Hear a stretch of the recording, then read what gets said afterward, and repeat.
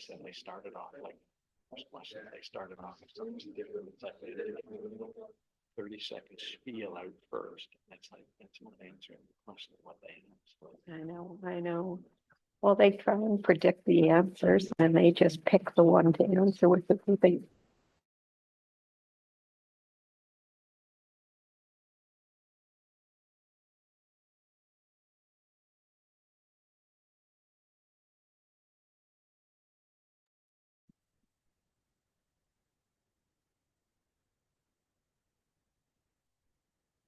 Meeting? Yeah, you're not 30.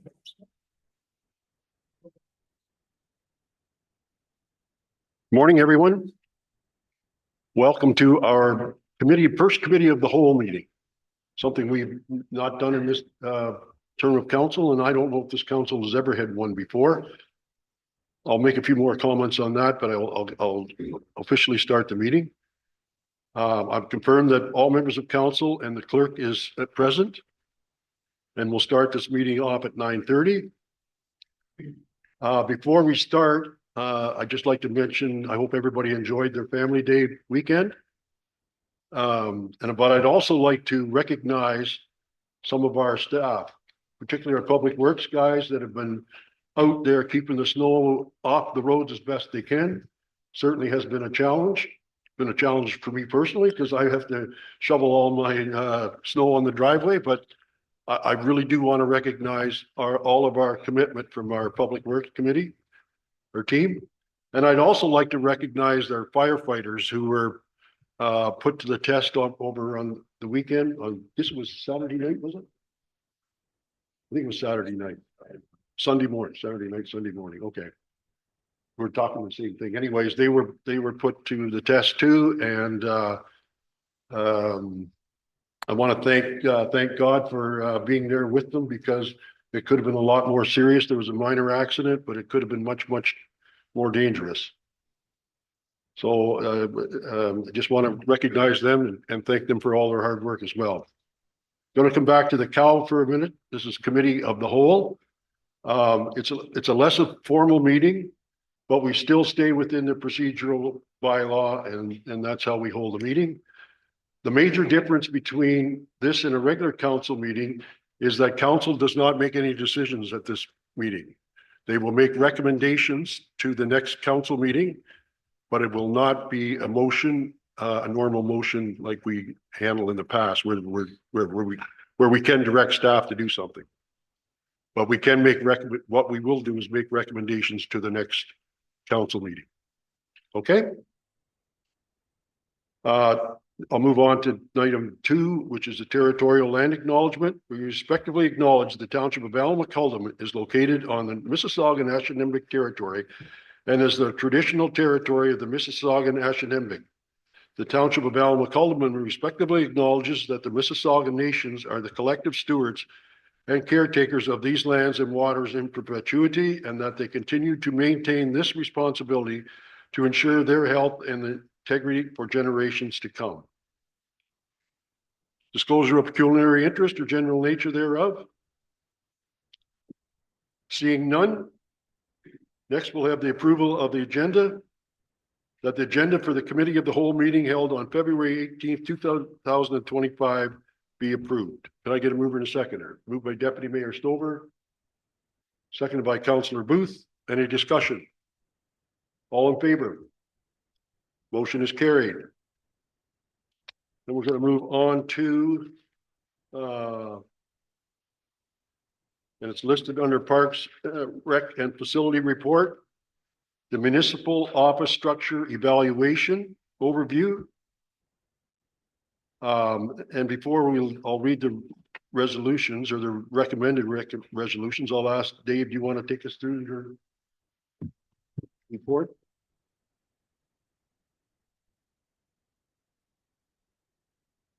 I'm sure there's going to be lots of discussion on this one, so.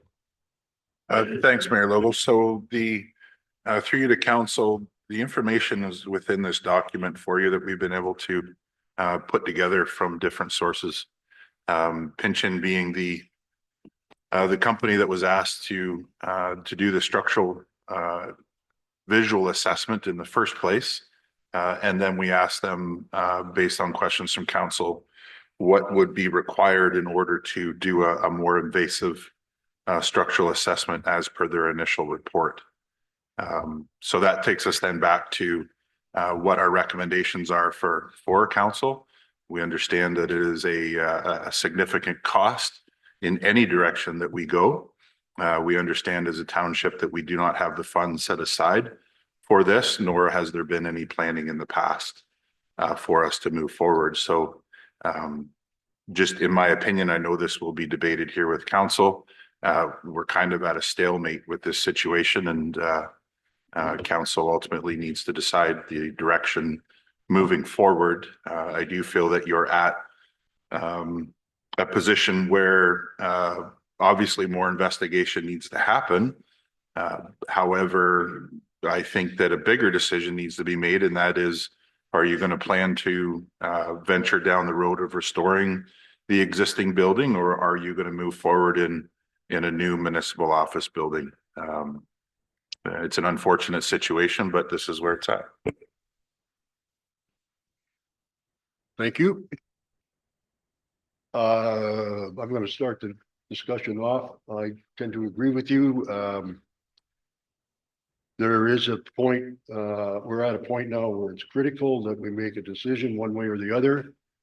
I've learned an awful lot about the concerns we have with toxic materials that could be in the building, and basically that's mostly asbestos. And if you look at, I did take quite a bit of time actually over the weekend to look up what we're responsible for, and if you do suspect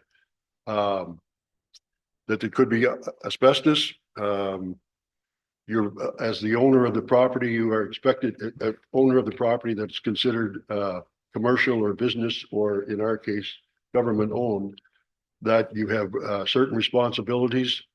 And that includes informing everybody of your suspicion that could be toxic before you enter that area. And it's assumed that does contain asbestos unless proven otherwise. And basically that's because up until 1900, the asbestos wasn't used that on a regular basis. Actually, they'd used it a lot for particularly plaster or drywalling, what we call now drywalling. They used horsehair to bind some of the materials together. And since the 1900s, that asbestos has been used, and it's been used basically since 1900 until about 1990, when the government put a ban on it. And it's contained in insulation, fireproofing, compounds contained in drywalls and plasters, and parging cement. And it's particularly has more of an exposure when you're dealing with demolitions and building repairs, as well as auto brakes. You never thought of that before, but auto brakes all have had at one time all had asbestos in them. And it's because their inability or their ability to accept heat and not cause fires and that type of stuff as a result of or that's why they mentioned fireproofing.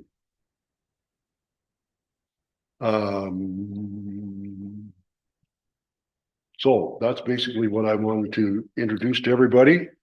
I have some more thoughts, but we'll open it up to staff, to council members, and if you have any comments, either that or I'll keep going. Anybody have any comment? Mary Catherine? Well, I think we should go back to the direction that was given by council, which was to get an RFP for this. And that would have had us receiving information from multiple sources on it. And, that is, I'm concerned, and maybe my question is to you, what's our fiduciary responsibilities under ensuring we're following our procurement policies and that the directions we've given are fulfilled? If we've given direction, and I think we did give direction, and that was to to go out and find out what the next steps were. And I believe that's what we've done. I will read the direction that was given on September 10th by this council. The Council of the Corporation of the Township of Alnwick, Haldeman enacts as follows: that staff be directed to issue an RFP for a qualified company to conduct an engineering assessment of the Grafton Municipal Office. And that was carried. Okay. And I believe that's what we're in the work that we've done so far is in the process of doing that, is it not? What I see in front of me is a single source report where the client requested that Pynchon conduct a comprehensive structural review of the building after the entire wall and ceiling finishes are safely removed and disposed of. I'm not sure that was what would follow from the direction that was given. And I know that we had this discussion on the 24th, whether a less invasive process might give us the same structural information that we want to know about the building. And that's why we wanted an RFP. That's why we wanted to reach out to multiple engineering firms. You have a comment, CEO? I'll let council talk about it first and then. Go ahead, Joel. Through you, Mayor Lowell. One of the issues I think with that direction was that we were just going out to see what the RFPs were going. Let me see if I can word this right. We weren't really putting the money behind what we expected to do with an RFP. We were just going out. And I don't believe we were committed for, at that time, a full structural review. And I think our CAO did caution us on just going around getting RFPs when we weren't really committed to do the whole process. So I think that's why it was stopped. And the other question I have, if I may, Mayor Lowell, and that would be to Dave, is Pynchon the only company that does this type of work? I believe it is, but I'm not really that well versed in this removal and construction. Thank you. You prepared to answer that? Yeah, through you, Mayor, Deputy Mayor. So the direction, or I guess the journey that we've been on with this was Pynchon was the company that we engaged in with respect to a health and safety complaint for the Grafton Community Center, where the early childhood education program is. And that was to do with air quality measurements, et cetera, in the building. From there, it was understood that there wasn't a whole lot of companies that did this type of thing. And we were directed to go back to them with respect to the visual structural assessment, which is what we did. And that was for the municipal office, or was that going back to the child? So the air quality investigation was done at the Grafton Community Center, and then the municipal building structural assessment was done at the municipal building. Okay. Anybody else have any questions or comments? Go ahead, Councillor Ainsworth. Through you, Mayor. So, you know, we need to pull the Band-Aid off this and figure out whether we're going to keep that office space or we're going to demolition it.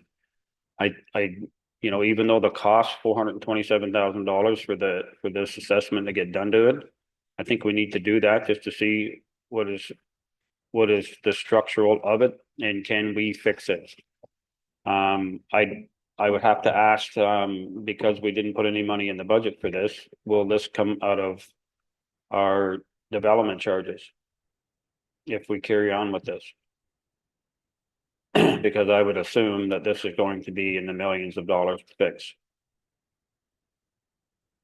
So that would be a couple of my questions. The other part, do we have a facility that would house all our staff instead of putting them all over the place? For instance, if the Fenella Community Center has some offices there, it has some different levels there. Could we house everybody in that facility at one spot? Want to comment on that? CEO report. My comment would be to that is that currently Fenella does not have the capabilities with internet service. That could change eventually, but right now it does not have the service that you need. Would you agree with us? Yes. Go ahead. Deputy Mayor. Through you, Mayor Logal, as I'm reading this, because this is another thing another situation we have inherited, that the buildings were not being maintained like they should be. So we're at a position where we have to do something. We have a letter in here from the insurance company. So I'm not prepared to start any kind of construction, remedial or removing things and leaving staff where they are. I believe in the report, and correct me if I'm wrong, Dave, you have somewhere I read where the placement of staff is all laid out. So staff has done that part. So if we read the letter from the insurance company, it couldn't be clearer that we have to do something. We can't leave staff in there while there is removal of walls. It's not a big area. The other question I have is this building have historical designation? And I can't see that it does. I believe the Emma Wing, if memory serves me right, the historical designation has to do with the front entranceway. And that's just coming from memory. So I'm wondering, as well as we get on this journey, we have to do something. And the other thing I've learned is how toxic raccoon feces is. And that has really been the driving force. The asbestos for one thing, but the raccoons. And essentially, we don't have a house. That's what it comes down to. So we have to start the first steps. And if it is for an RFP to get going, to get Pension, if Pension is the company, and get this thing started. That would be my comments. Thank you. A couple of comments on your comments. First of all, and I'm not exactly positive neither, but I believe you call it the Emma building, the east building. The east building. It may have some designation. And my recollection of it is that it was the door. Front door. The front door that was said to be historical and was recognized. The other comment that I will make, and it was in the Pension report, that the east building was added on in 1986. That can be a little bit misleading because I got almost the impression that it was a part of it. It wasn't added on by rebuilding it or building it. And I know for a fact that in the 60s, I was playing, knew the fellows that lived there and played cards with them a little bit. And it was an old house at that time. So it's anywheres from, I would say, 1860 to 1900 when that was first built. Haven't got no proof of that, but I know it's been around for a long time. I don't know if you can remember it or not, but the other comment I'll make on that, that building was recognized a long time ago by staff. The Emma Wing. Yes. That the floors were not level.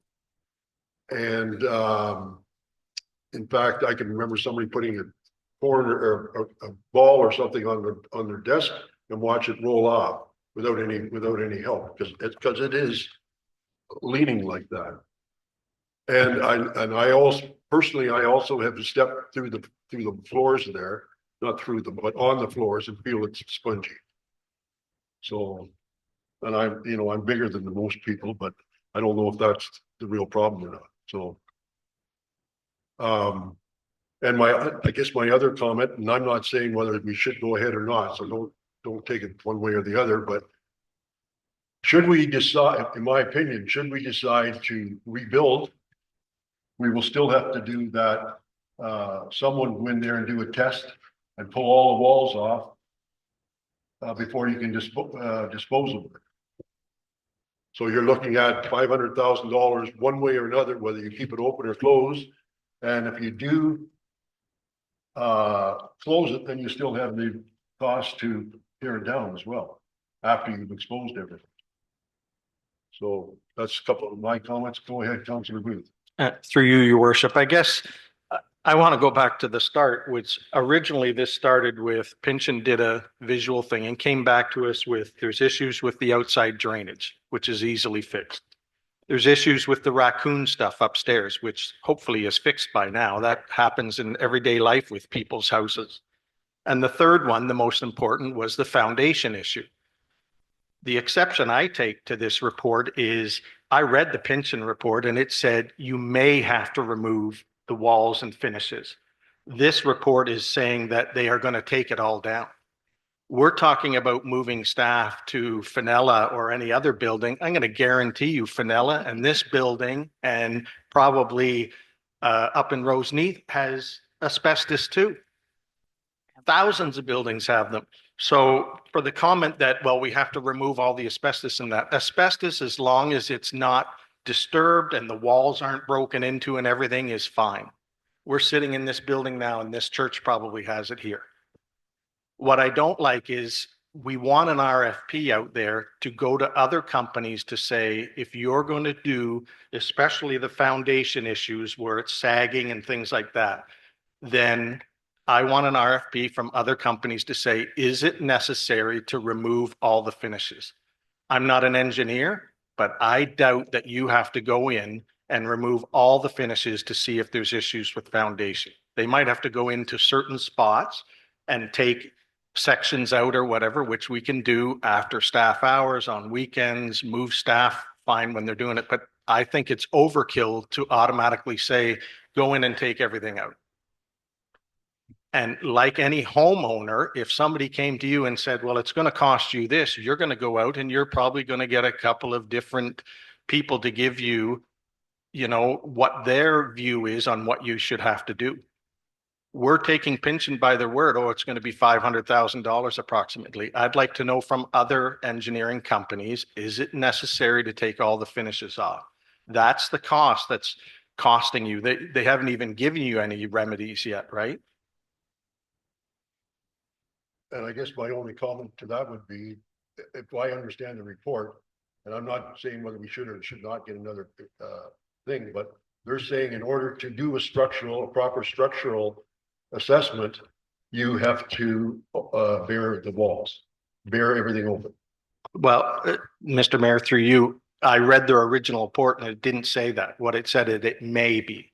This report is saying now Pynchon have identified another to complete this, the walls and ceiling finishes need to be tested for hazardous substance, and materials which are assumed to be within the finishes based on the age should be removed. That to me, I think it's overkill to go in there and say to do a structural review on it, you have to remove everything. I'd like a professional opinion on an RFP from other companies to say that you don't need to remove all the finishes. So that's my concern. Thank you. Go ahead, Councillor O'Neill. I reiterate, and I'm reading from the Pynchon report. The client requested that Pynchon conduct a comprehensive structural review of the building after the entire wall and ceiling finishes are safely removed and disposed of. That was a client request. That was not Pynchon's recommendation. Well, okay, so you're saying that, well, isn't it Pynchon the experts and they're saying you have to do that or not? No, they're saying the client requested us to do that. I'm looking at the original report, which wasn't part of that package. Right, and in the I don't have that one in front of me, but I could probably call it up quickly. But as Councillor Booth pointed out, it did say it may in there require. It did not say it will require. And if we went out and had reports from 3 engineering firms, then we would know if they're all saying the only possible way. But I agree also with the comment that we know that is not the only building that has asbestos. We probably have asbestos in every building except for that new addition over there. You're talking about the library. Mhm. That's possible, yeah, that's Yeah, every, probably pretty sure of that. yeah, so, And that's included. but we've got to make some short-term, long-term, short-term, medium-term and long-term plans about these buildings and new buildings. And we have already, I believe it was included in the RFP when it was sent out for the needs assessment. Consideration of whether locating offices in that location would make sense. So we've already asked that question. We're awaiting an answer for that. And we'll have that later this year. And all of the buildings by July 1st, we've got to make some decisions about what we're doing as asset management. But right now, there's nothing there. We just finished budget last week and this wasn't brought to us. So it's not part of this year's budget. So, you know, this is a planning year in that case. Go ahead, Deputy Mayor. Through you, Mayor Logo. So I think we need to go back a few steps. What is it that we're trying to do here? Why would we send an RFP out? Are we going to get the work done? Because if we're not going to get the work done, we wouldn't send an RFP out. So that is, and we do know that there is a problem, the raccoon feces and the raccoons. I totally think that they're all gone. I don't know about the feces. But if we're going to send out RFPs, we should have a plan on what it is what we're trying to do. And the more I listen to the comments here, I don't really know if we know what we're trying to do and what is the steps that we're trying to do. Maybe I could just listen and get a little more clarity, but I haven't got that yet. Thank you. Go ahead, Councillor Booth. I think taking it back to the basics is we were told that by Pynchon that it needs a comprehensive review. The point that Councillor O'Neill's making and myself also is I agree. We need that. But what I'd like to do, when you put out an RFP, you put out an RFP to say we want a comprehensive review of this building, especially with the foundation and everything. Professional companies will bid on that. Some of them might come back and say, we can do it with minimal invasiveness into the walls, and it does not require to remove everything. If it comes back, like Mary Catherine says, that 3 of them or 4 of them come back and say, guess what? You got to take all the walls down. You got to take everything down. Then I agree. You're the professionals, and they've all said that. That's what we'll have to do. And then we have a huge decision to make. Like you said, Councillor Ainsworth, what are we going to do? Because it's, like you said, Mr. Mayor, it's $500,000 just to take it all down and look at it. And it could be another $1 million to fix it or not.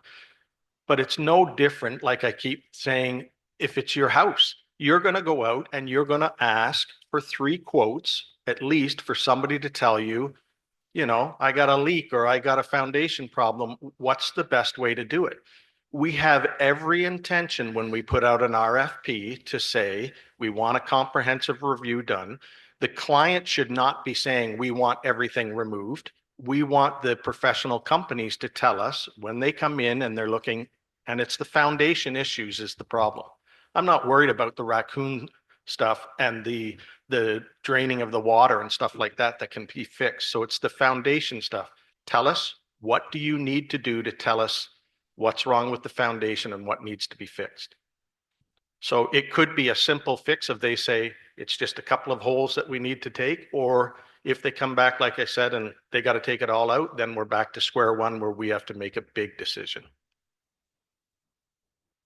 Catherine?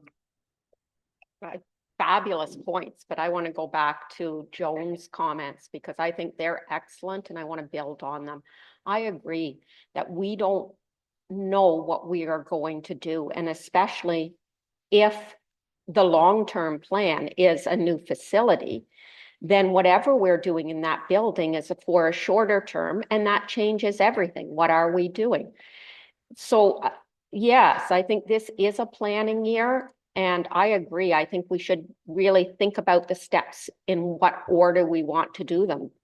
Because if we are looking for information on how to make that a usable space for 5 years until there's a new facility, that's very different than, no, it doesn't make sense to move the offices over there. So see if that building will work for you. So the very, very different decisions to make, and we need that information in that long-term plan. So absolutely agree with you, Deputy Mayor Stover.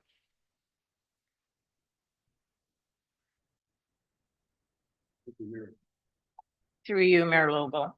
I'm just trying to get all these documents, and I apologize. Just trying to call up the insurance company's letter. And I should have that. I'm not sure what page that was on, but it's pretty strong in there. And I'm just wondering where, after reading this letter from the insurance company, kind of us being put on notice that there is a problem. And it appears that we would still be, if some of the discussion goes ahead, we would be at the RFP stage again. Again, I'm not 100% sure why we're going to go for an RFP if we haven't decided to fix the town hall or sell it or relocate. I haven't heard that yet. But what I'm understanding here is that they have put us on notice, and one of the insurance company's strong recommendation that this work be undertaken as soon as practically possible to prevent a tragic event. So I have seen several older commercial buildings that have had Band-Aid solutions applied to them that do nothing to address underlying problems. So we have to get back and figure out what we're going to do with this building. There's a lot of other buildings here, granted, that are in disarray, but what we're talking about today is this building. We've been put on notice with this insurance company, and that should speak volumes. So I just put it out there because I'm not prepared to put my career, my head on a chopping block because I've disregarded what they have said here. And it is their thought through this that we come up with a plan. So whether it's going out to, and Dave has said, our CAO, that there aren't a lot of companies that will undertake this work, but we have to have a solid plan on what we're doing to move forward. Thank you. Thank you. Councilor Booth. If I go back to the report, through you, your worship, if I go back to the report, it says right from the insurance company, Deputy Mayor, an important part of the risk management process is to proceed with a further physical examination of the structure to determine the severity of the problems observed. The insurance company is telling us that we have to go and proceed with a physical examination of the structure. So what they're saying is you can't sit there and just deny it and put it off like past councils have or whatever. So they're saying that you have to proceed with a further physical examination. So we do as council have to move forward and do something. And it's saying right there, the next step is we have to put out an RFP and have a physical examination of it. My only concern is, and I agree with that, is let the experts come and tell us how they have to do that examination, whether it is a full-blown remedial and take everything out, or whether it's just they can do it in smaller pieces. So I think we all agree we have to do something. We can't sit there and not do anything. I just don't think that we automatically say it's $500,000 and we go with Pynchon. That's their professional opinion. And as Mary Catherine said, it said in there, the clients requested that. Well, I think that should be up to the companies to tell us. They're the professionals to tell us. I'm sure there's lots of companies out there, not just Pynchon, that do examinations of structural stuff. Catherine? Yes, and there's engineers that specialize in structural, whereas my understanding with Pynchon is they're actually environmental specialists. So if we are going to deal with asbestos, they're the people. But if we're looking at a building structure, we want engineers that deal with building structures. But I'm fascinated by this crisis that we have to hire them immediately today, when in fact, council approved moving forward with the very step that the insurance fellow recommends there on September 10th of 2024. We already approved moving forward with that step. Ready to speak. Thank you, Mayor Logal. So council, I'll digress a little bit. First of all, it's unlawful to go out for an RFP in which you have no intent to commit in contract. Okay? That's done through review and research of case law. That's done in review of communications with their legal team. If you want to do an RFQ, which is a request for quote, that is something that we can look at. That'll require a little bit more time and effort to put in and see if other companies can come and do that. I will comment that the gaslighting involved with us having to move forward immediately is not true. That's not what we put in this report. We were asked to gather more information. So we gathered more information. I happen to know what these types of situations cost, and I happen to know that this township cannot afford it in any direction. Therefore, you're faced with a decision from a higher level, and that is, what are you going to do with the building, or where does council want to go? We can remain in the weeds of the operations and gather all kinds of information for council. But at the end of the day, the decision is, or should be, what do you want to do with the building, or where do you want to go forward? To be honest with you, I don't believe this township has any other option but to mothball it until there is finances that can deal with it. Unfortunately, there has been no past planning. We're faced with a situation today. Merely staff is bringing the information forward to council. For us to sit here and deliberate about whether staff has followed direction from council or not. Again, as I mentioned in our last council meeting, if you would like to challenge staff and identify that you feel they're not doing their job, please go to closed and we will be happy to have it out together. Thank you. Thank you. I don't think anybody's accusing staff of not doing what they're supposed to do, Dave. I disagree, Mayor.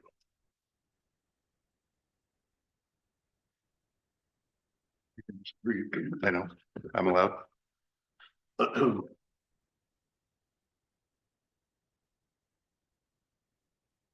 Mike, you have a comment? Yes, through you, Mayor. CAO brings up a good point. You know, if we go through this process, can we actually afford it? And we know we can't.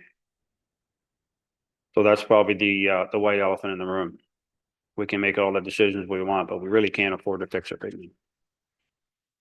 So is the alternative to, like the CAO says, is to mothball it and try to do something next budget? Going back to, By mothball. well, just close it down, move everybody out. If, you know, going back to asking for a huge public meeting before next budget. So a lot of these things can be explained to residents. What you know, our backs are up against the wall with some of these things and what it's gonna cost to fix it, and have them part of the solution, because, you know, they inevitably pay for all this. So, that might be our best move moving forward, because I think we can all sit here right now and I don't think any one of us can say we have the money to fix that. municipal office. Mayor, Go ahead, Dave. through you, Mayor, to council. So staff can go back and do an RFQ, which is a request for quote. If you would like to gather more information and more quotes from other companies, we can put something together and put it out there on the market and gather you more information. The information will not guide you and direct you to make the next decision. And your decision is really based on you have no money.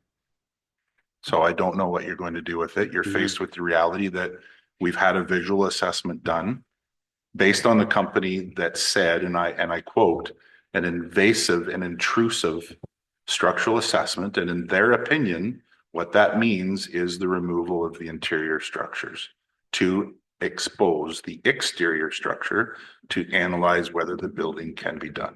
It is a massive project, no matter how you look at it. All we're doing is bringing the information to council, and I ask that you don't shoot the messenger. Go ahead, Dave, or Through you, Mayor. So another question would be, is it possible, I guess you can only ask, could a company come in and say that it's safe enough with, right now for staff to be in there working? I don't know if they could get that question out or even get the answer to it without doing some kind of maybe larger assessment, but the other couple of questions is, you know, is it safe enough for us to use it as a municipal office for staff, plus our residents coming in and out of there, without council being there, having their agendas? So I don't know if someone can say that, and we just let it coast the way it is for this year and until budget next year, or we put it on mothballs. I can't answer your question, No. Dave. Can you, or Mike, can you see, Dave? If there's someone who will come in and say you're able to stay in the building? I know what right now, correct me if I'm wrong, but the bottom floor, the main of the buildings are people are in those locations. But we did put a stop to at least the public going into the council chamber, and we're not using it either, so. Can you answer that? For clarity, the reason we're not using council chambers is because of the wide crack in the floor, the visual indentation in the exterior brickwork of the building, the obvious shifting in door frames, all that was identified in the visual structural assessment. Given that, and also the recommendation with respect to liability mitigation, it makes the most sense not to occupy. Meaning that council, yes, there's just a small group of us right now, but you don't know when there's going to be 100 people in there. Close the arena again, you'll probably find out. So, given that information, we went to the insurance company. What do we do with this? The insurance company wrote a letter.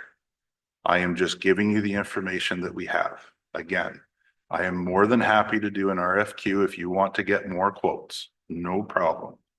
If you want me to get a company to come in and say that they will provide their liability and insurance for us to occupy it after you already have a visual assessment that says you shouldn't, I don't know if you're going to find that. But if you want me to do the work and see if we can, I'm happy to oblige council and do that. What we can't do is we can't do anything regardless of council's direction if it's not lawful to do so. And I will not put this corporation at risk, regardless if council makes the decision to do so or not. That falls under my purview as your CAO. Go ahead, Councilor Dean. Through you, your worship. So I think I agree with some of your comments. And if it's not an RFP, then it's an RFQ or whatever. We need to have, we keep saying it's going to cost hundreds and hundreds. We don't know that yet. Until we have some prices come back, there could be one or two companies that say, you don't have to do an invasive thing as much as Pinchin is saying. Maybe it's only $50,000 or $100,000. And then we say it's worth it, that we need to get a final answer on it. If they all come back and say it's the same price, then that's the cards we've been dealt and we have to deal with that. But until we get a definitive answer to say what it's going to cost, I think it's prudent upon us to make sure that we get at least 3 quotes out there to tell us how to proceed. The insurance company's telling us you can't sit on your laurels, you have to do something. Well, we are. We're going to go out and we're going to get 3 quotes now at least. And it shouldn't specify to the company how they do it. This is the visual report that we have. This is the problems that we have. How do you think, in your professional opinion, that we do a physical assessment of it? We're taking Pincient by word saying, oh, you have to remove all the finishes and everything like that. That could be wrong. So I don't think it hurts to say, let's go out. It's no different. Like I keep saying, with your house, you're not going to go with the first guy that gives you a quote and say, that's it. That's what I'm going to do. You're going to go out and you're going to get some quotes to say whatever. And we could end up back there, or we might not. We might end up with a better thing of how we deal with it. That's all I'm saying. Let's get 3 quotes on what it is. Mayor Logan. I'd like to make a comment if I could Okay. first. I think that could be done, and Dave is saying you can do that. But I just want to make sure that we know that our people are safe while we do that. And does that mean moving them to different locations, as was suggested in October? That's my comment. That would be mine too. Did you have a comment? I was going to suggest, not sure the proper procedure here because it's my first Cal meeting, to maybe bring it to council for RFQs to go out as well. Following up on what you're saying, we will leave it to staff if they find that the building is not safe for staff to be in, that they would be moved out.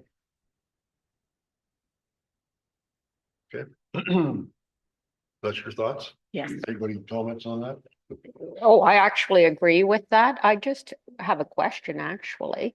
And it goes back to what Mike was saying. We didn't need to determine the health or the safety of the building, and we should have a health and safety committee. So if an employee had a concern, it would go through that committee. Now, I've never been involved in a health and safety committee as a member, so I'm not really familiar with what next steps they would do, but how is that like, what's our process here in Olmwick Haldeman on health and safety? You comment, Dave? Sure. So for transparency to the residents, our township was in default of our health and safety requirements and obligations as per the Act. So it has been several years since a health and safety committee was meeting and or discussing and dealing with anything. This is why last year, after investigation and review, I contracted a gentleman to come in and help us with our health and safety requirements and protocols, not just with respect to the municipal office, but with respect to all of our staff and all of our departments. It's much needed. It is ongoing, falls well under the procurement requirements, and does fall under the purview of the CAO to protect the staff and to protect the liability towards the township with respect to Ministry of Labor. So we are currently in default in so many significant areas. It's not even funny. However, we are taking the steps to do our due diligence and to put things back on par where they need to be. Mayor Catherine, you have a question or comment? So what were the key recommendations then that this person that you consulted with, and do we now have a health and safety committee to move this forward, or how did the recommendations move forward? It's still in the investigation process.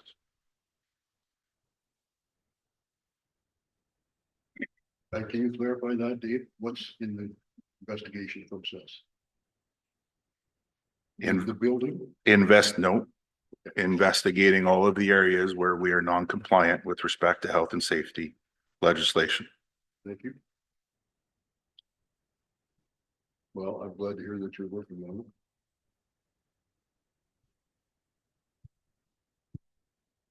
it. Anybody else have any thoughts or suggestions? Dave, you have Do you think, how long do you think it will take you to, get the, 3 quotes? To the best of your ability.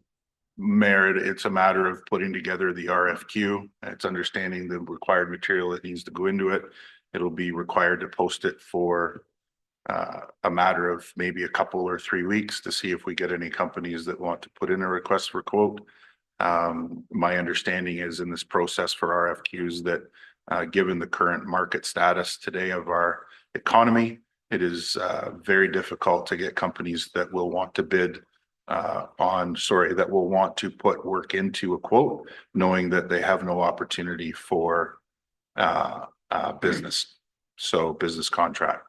So we can definitely try, happy to work towards the outcome. Your Catherine? My daughter is a civil engineer and she is hired by numerous municipalities. And there is no connection between her being hired. Now she focuses on water and a company getting a contract out of it. She is hired to do whatever and get together whatever documentation is required by the municipality. That's it. That's the whole contract. There isn't any future contract dependent upon that. She is just in there to give her professional opinion on exactly what is asked for. If I may, Mayor Logal, back to yours, which I am supportive of, I think, and the timelines that we've just heard, that maybe we would be actually receiving the information from the needs assessment, which, correct me if I'm wrong, but that was added in to the needs assessment to consider a new municipal building at that time. We'd be receiving that information and we'd be receiving the information from some structural engineers at the same time. And I think we could make some really good decisions on where and how to proceed from there because we know what we have now and we know where we were heading. So, just to clarify, are you asking for structural engineers or are you asking for opinion as to what they have to do before structural engineers are being in? I think we're asking a structural engineer, just as Councillor Booth has said, they can tell us how they need to do it. We won't tell them how to do it.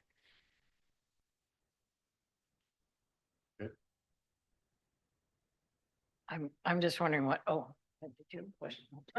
I'm just wondering, what next steps are here and if we are finished the conversation. I think I'm kind of hearing that we need to get 3 quotes. Everybody agree with that? What are the next steps after that then? And I'm asking from a moving people point of view. Are we okay for doing this for 6 months? That's the question. Go ahead, Greg. Well, I don't think we have any other option. It's a slow process. We have to do it properly. Pynchon's done a visual review. They are recommending that it be a full-blown assessment. Their opinion is you have to remove everything in that. Then let's go out and offer it to companies. And we have I have every intention of picking one of them. If they all come back at the same thing, then it's like, okay, we still have to do something. We can't just say we're done. Mm-hmm. But if we get 3 people or 3 companies that come back and say it's all in the ballpark of $500,000, well, then we have no option. That's our only option. Right now, we're taking it verbatim of what this company says. And I agree with what Councillor O'Neill said is we shouldn't be telling them. We should show them the review and say, this is what Pynchon has recommended. You tell us how you want to do that review on the building because they'll stand behind it. And I'm not an engineer. If they say it has to be the same thing and do whatever and it's gonna, then that's what it is. But that's all we're saying. And I think we can show the insurance company that we are proceeding on this and we're doing it methodically. We're doing step by step. And the next step might take a few months, but they'll come back to us and say, this is what it is. Go ahead.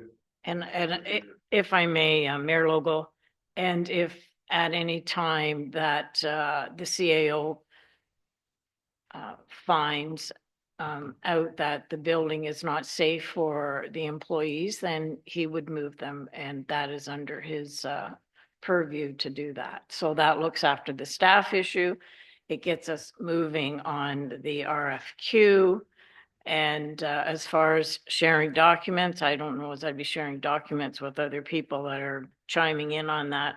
I have no experience on that, so I won't comment. So that would be my final comment on this whole, on 9.1? Thank you. Does anybody else have any comments?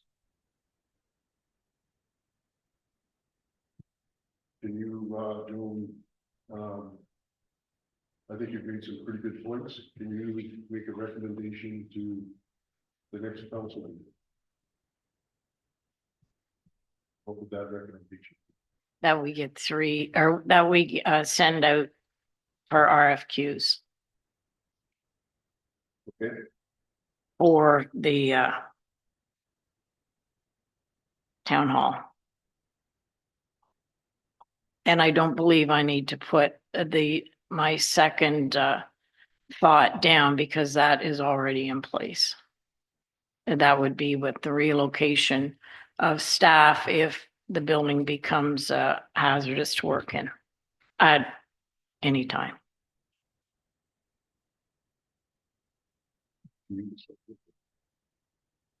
anybody want to second that? I would second that if it was an RFQ for structural engineering report. You just said for a report, I'm just qualifying it. Is that what we're after? A structural review? And how to get there? I just want to make sure that we've got this down pat. I think you need someone that, you know, that, and that's basically what Pigeon was saying too. They like doing invasive Structural review. structural review. And in order to do that, this is what they were recommending and what, Okay, good. That would follow it then. and what, members of council are questioning is whether they are the right people to do it and if there's not a better way to do it. Right? Yeah, except the word invasive. I don't think we should be instructing them to, they are going to look at Pinchin's review, obviously, and they're going to look at the visual thing and they're going to say, okay, this is the way it is. It could be minor invasive, it could be major. I don't want to tell them how to do it because then you're leading them down the road to say, yes, you will remove everything. Well, of course, the price is going to come back like that. There could be some companies that say, no, we just have to. So I think we go by what Pinchin is saying. It needs now a major review structurally of the building, and who's ever qualified to do that, I'm not sure. I'm guessing it's a structural engineer or whatever, but we'll get that back with the RFQs, right? Yep. Go ahead. Madam Clerk. Through you, Mr. Mayor, just for clarity, the motion that Deputy Mayor Stover has put on the floor and Councillor Neer has put is that the committee recommend to council that staff be directed to issue an RFQ for an engineering structural assessment for town hall. Just want to make sure that I've captured that correctly. I believe that's it. Yeah. Okay, thank you. All in favor? Motion is carried. Recommendation is carried. Recommendation is carried. No, this is new ground for us. So that's the recommendation. We are giving staff instructions to do that early. We're just going to put it on the next agenda. That's correct, Mr. Mayor. So through you, this motion here will go forward to the next council meeting on March 11th, I believe it is. And you'll have the opportunity at that time to then vote on whether or not you want to proceed with that direction that you've recommended. Okay, wait, everybody okay with that? Seems like a long time away, but I guess there's not much you can do about that, is it? It's only a week. Sorry, it can't go on the next agenda? No, through you, Mr. Mayor. No, with our procedure bylaw, any recommendations from committee of the whole go to the next regular council meeting because today is the agenda publication day for the meeting at for the planning meeting, which we're reserving for planning matters only. Thank you. Good question. And that's the rules, and that's the rules. We have to wait till March 11th. We can all think of it. Yes, we did. Okay, we're gonna move on. Then our next subject is Public Works and Infrastructure Report regarding the sand dome repair. PW 202502 sand dome repair. CEO, do you have a comment on this? I believe everything is put in the report with respect to this. We had staff had come to council last year to identify that some of the walls were caving in on the sand dome. We sought permission at that time to tear the sand dome down and investigate further opportunities due to health and safety. We did investigate many other opportunities, but kept coming back with cost was significant. We did kind of end up at a situation where we could have gone with some blocks and a coverall structure. However, I will just say, for lack of better terms, the warm and fuzzies didn't really come out of that. We didn't really get that excited as staff. So what we ended up being faced with was that we needed to remove the sand and salt from the sand dome anyway before we could tear it down. So we slowed the process down and just went with step one. We removed the salt and sand. After we did that, we thought we would get the person in that actually built the sand dome to look at it and to say, okay, you know, do we really need to tear this down? Because the shingles on the outside were actually in really good repair and had been replaced not that long ago. So in doing so, he came back and identified to staff, which were identifying to council, that the original company that built it feels that they could fix it somewhere between $40,000 to $60,000, which is considerably less than us tearing it down, building a new one of any capacity. So that's why we're bringing this back to council in full circle. Staff gingerly move forward with the other aspect, but are also being very aware of the costs and the amount of money available for the township as a whole. So we're trying to be very frugal with our spending, bringing this back to council, and ultimately hoping that this will end up at a future council meeting. And we are seeking sole source procurement on this because it makes sense to us that the original company that built it come back and fix it. Thank you. Go ahead, Mary Catherine. So the numbers today are substantially less than what the contractor was saying in September when that report was brought to us. So it at that time was saying they did not recommend the repair and the cost would be around $250, and to reconstruct the same dome would be approximately $400,000. So and with an additional cost of $80,000 to $100,000 for new concrete footings for this structure. So if I recall correctly, Jewel Engineering said that that building wasn't safe. So has Jewel then been back in and said, oh no, this is all good, that concrete is good? Anyway, I'm not going to keep talking. You can walk me through, if you could, please, what was found once the sand was there and why the costs went down so much less. So Jewel Engineering, to my knowledge, has not been back. We asked the company that originally built it if there was a possibility of fixing it. With respect to the intricate details of the repair, I don't have that information. You have a follow-up? Yes, so I understand sand domes are actually under the federal building code, and I'm assuming that if we're doing major work on it, like, what are the steps in terms of, because it was an engineer who said we had to start this process. Is it an engineer who comes back in? Is it a building official from either our township or from some other location? Like, what's the process that goes through to move this? You have a comment? I think if council's interested in this moving forward, that I have Stefan bring you a report back at the next council meeting for your consideration and potential approval. Go ahead, Councilor Ainsworth. Through you, Mayor. I just want to say that this is a great out of the box thought. You know, you're saving us probably $100,000 from the last decision that we made to put in that other dome. So, you know, I'm all in favor if we can, and I agree that the guy that built it probably knows it inside out compared to someone coming out and just looking at it. So it kind of says exactly what they want to do, put in some new braces, put in some new, re-shingle it and some boards and stuff. So I think this is a great idea. So good stuff. Thank you. Councilor Booth. To your worship, I agree with Councillor Ainsworth. This is a good news report. I'm usually not in favor of sole sourcing, but it makes sense here, as the CAO said, that this company built it, so they do know it inside and out.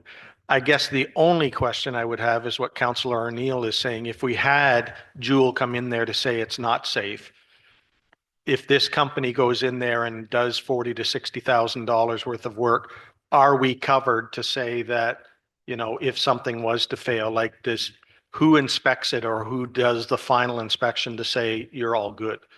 Because I don't want somebody coming back to us to say, Jewel said it's no good.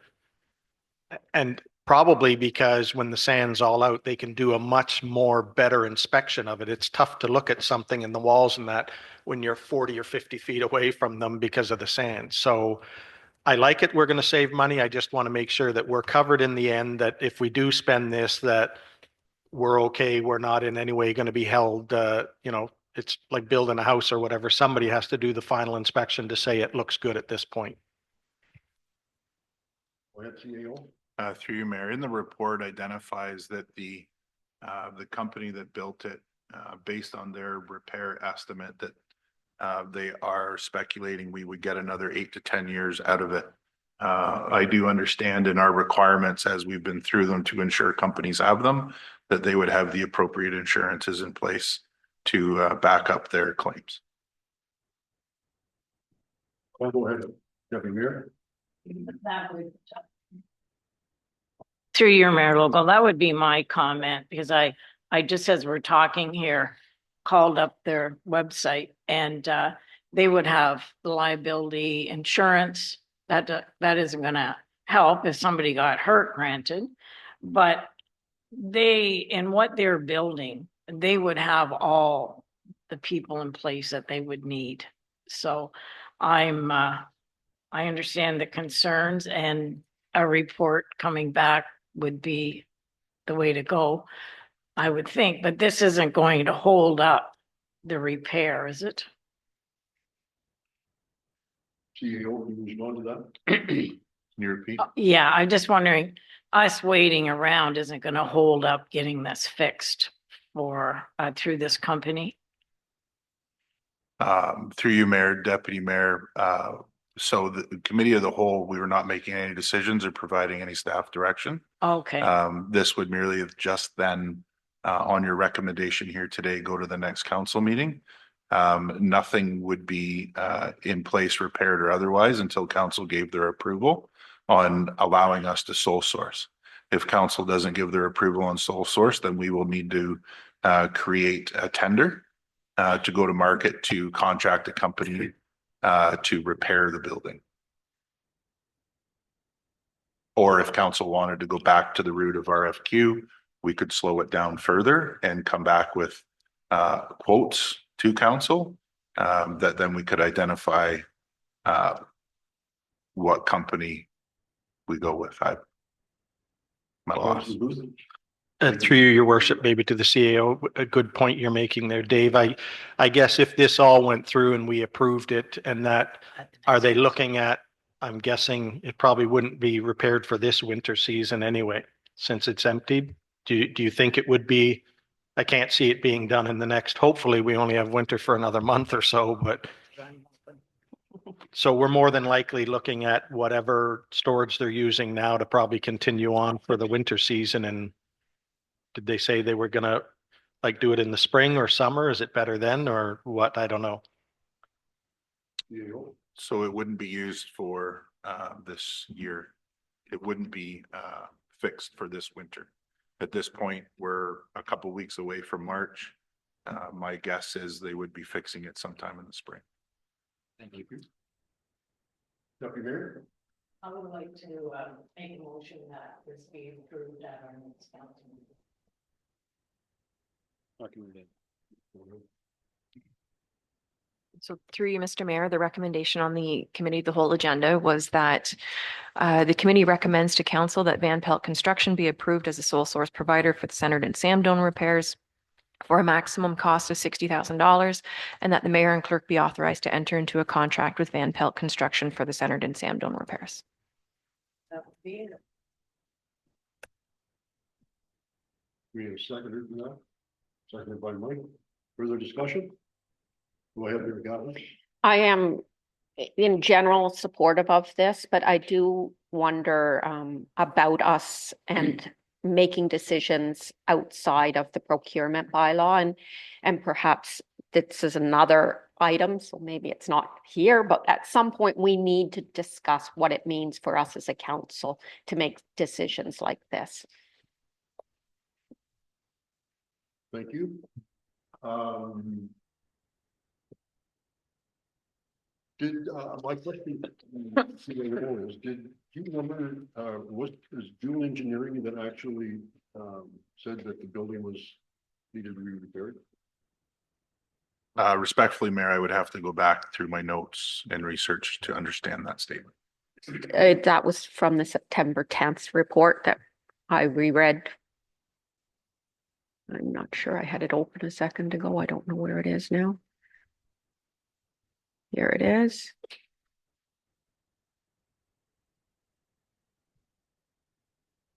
The department had the sand dome inspected by Jewel Engineering in Centerton when it had been noticed that the dome had concaved in the west lower middle section and eastern upper section. During a monthly health and safety inspection, staff determined that the dome was unsafe. The dome was sealed off and access was prohibited.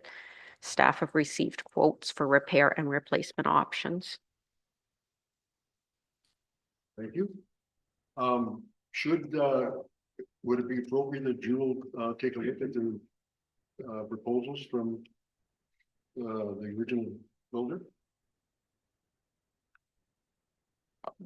Mayor, I'm at a loss at this point. I really don't know how to answer. Okay. I guess. Go ahead. Well, I go along the lines of what the deputy mayor said. Van Pelt looks like it's a reputable company. They've built these. They built a lot of them. If they go in there and they fix it and they say that it's fine and it's good, I don't know if you want to have Jewel come in afterwards and look at it. That if we're still not sure, then fine. I mean, and for your point, Councillor O'Neill, I'm not usually in favor of sole sourcing either, but I think in this, it makes sense here. They're the original builders that built it. And if they can fix it for a much lower cost instead of going out there and having other companies go through the whole thing, it makes sense. And I do agree with you. There is the issue of after it is fixed and everything, Van Pelt saying it's good for 8 to 10 years or whatever, which is great, but maybe we do need somebody to just give the okay to say, yeah, you know what you've done is good. And if I may, Mayor Lovell, it could be that Van Pelt can do that. So I've put the motion on the floor, just ready for a vote. Thank you. Further discussion? Just a fun, right. I got an amendment call for a vote. We got a vote. All in favor? Motion is carried. Mayor Logal, could Yes. I just make the comment? It came up in our discussion already that we were hoping that our manager of public works would fill us in on what the process is with regard to a building official and that type of structure. So I think that would answer our questions. You want to take a 5-minute break? Sure. let's, make a motion, and it's 10:44, so we'll be back at 11. I'd make it. Moved by Deputy Mayor Stover, seconded by Council Rainsworth, all in favor? Motion's carried.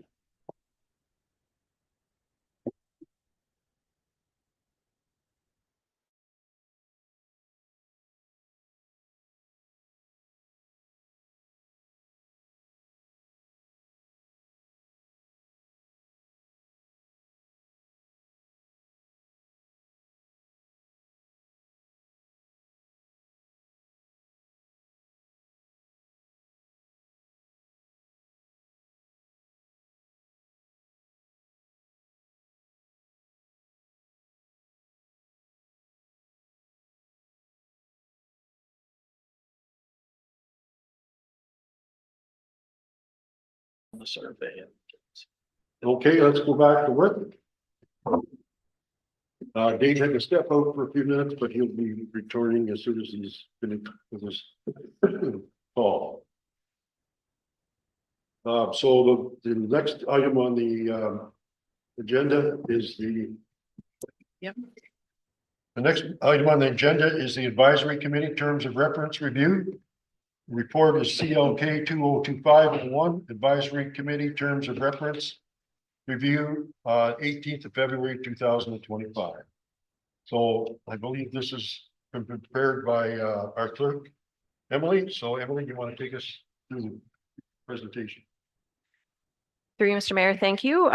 Looking forward to reviewing this and discussing this with council. So this report has been a long time in the making. So it was originally referred by council back in December of 2023 to the clerk of the time. So at that, the direction was for staff to prepare new or updated terms of reference and research onboarding and training materials for committee members and determine when committee chairs are to be elected. So staff considered all of the information that was presented in the previous clerk's report, as well as municipal best practices, board and committee best practices, financial responsibilities, risks and liabilities, relevant legislation, organizational and departmental needs, service delivery gaps, and comments received from both council and committee members. This review was also part of a larger continual process improvement commitment that we've identified through the strategic plan to help us ensure effective, efficient, and cost-effective governance and operations within the township. This report originally came to the November 26 Municipal Planning Regular Council meeting session and was referred to the January Committee of the Whole, which subsequently was canceled. So hence why we're bringing it forward for your consideration today in February. We did make a recommendation, staff did remove the recommendation number 4 from that original report, which was to allocate committee-specific budgets. This being due to the approval of the 2025 budget, but without a lack of direction on the future of those committees, we've just pulled that back. So any projects that the committees do decide to implement this year with council's approval, we'll just handle those internally through our regular programming through the departmental needs, and we'll look at specific committee budgets for 2026. So just briefly going through the report. So in terms of the training materials and committee onboarding, so that was delivered back in the winter and spring of 2024 to take a look at council, committee and staff relations, communications, municipal act, conflict of interest act, roles of the committees, and meeting protocols and procedures. So that was delivered to the Parks, Rec, Culture and Community Development Committee, as well as the former Grafton Communal Water Committee as well.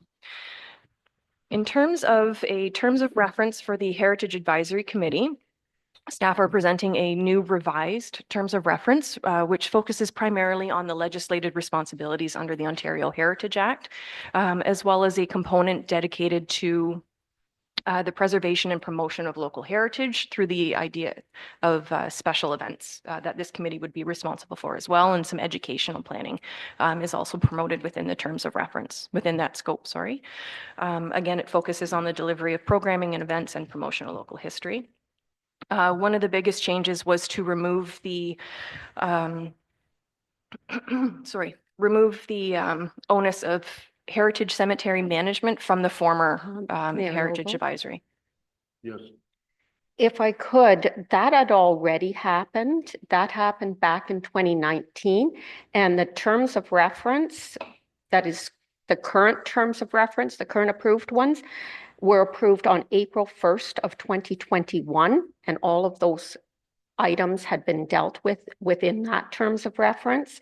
And yeah, so I'm not sure. I think we'll let, excuse me, continue her presentation, and if you have any questions. It's more just a note that what's being referred to in here does not refer to the current approved terms of reference. Okay.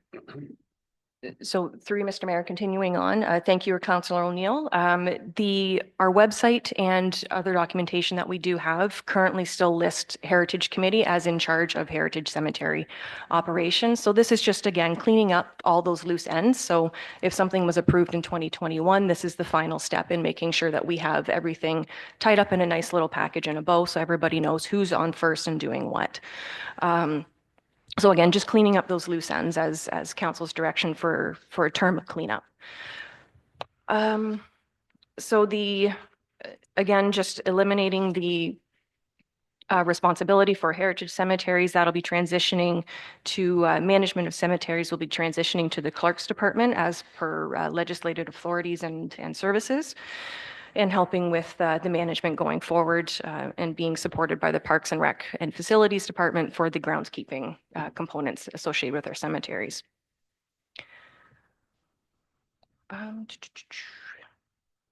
So again, the current terms of references also identify in the website, also identify the Heritage Committee as responsible for the preservation, archival, and committee cataloging of artifacts.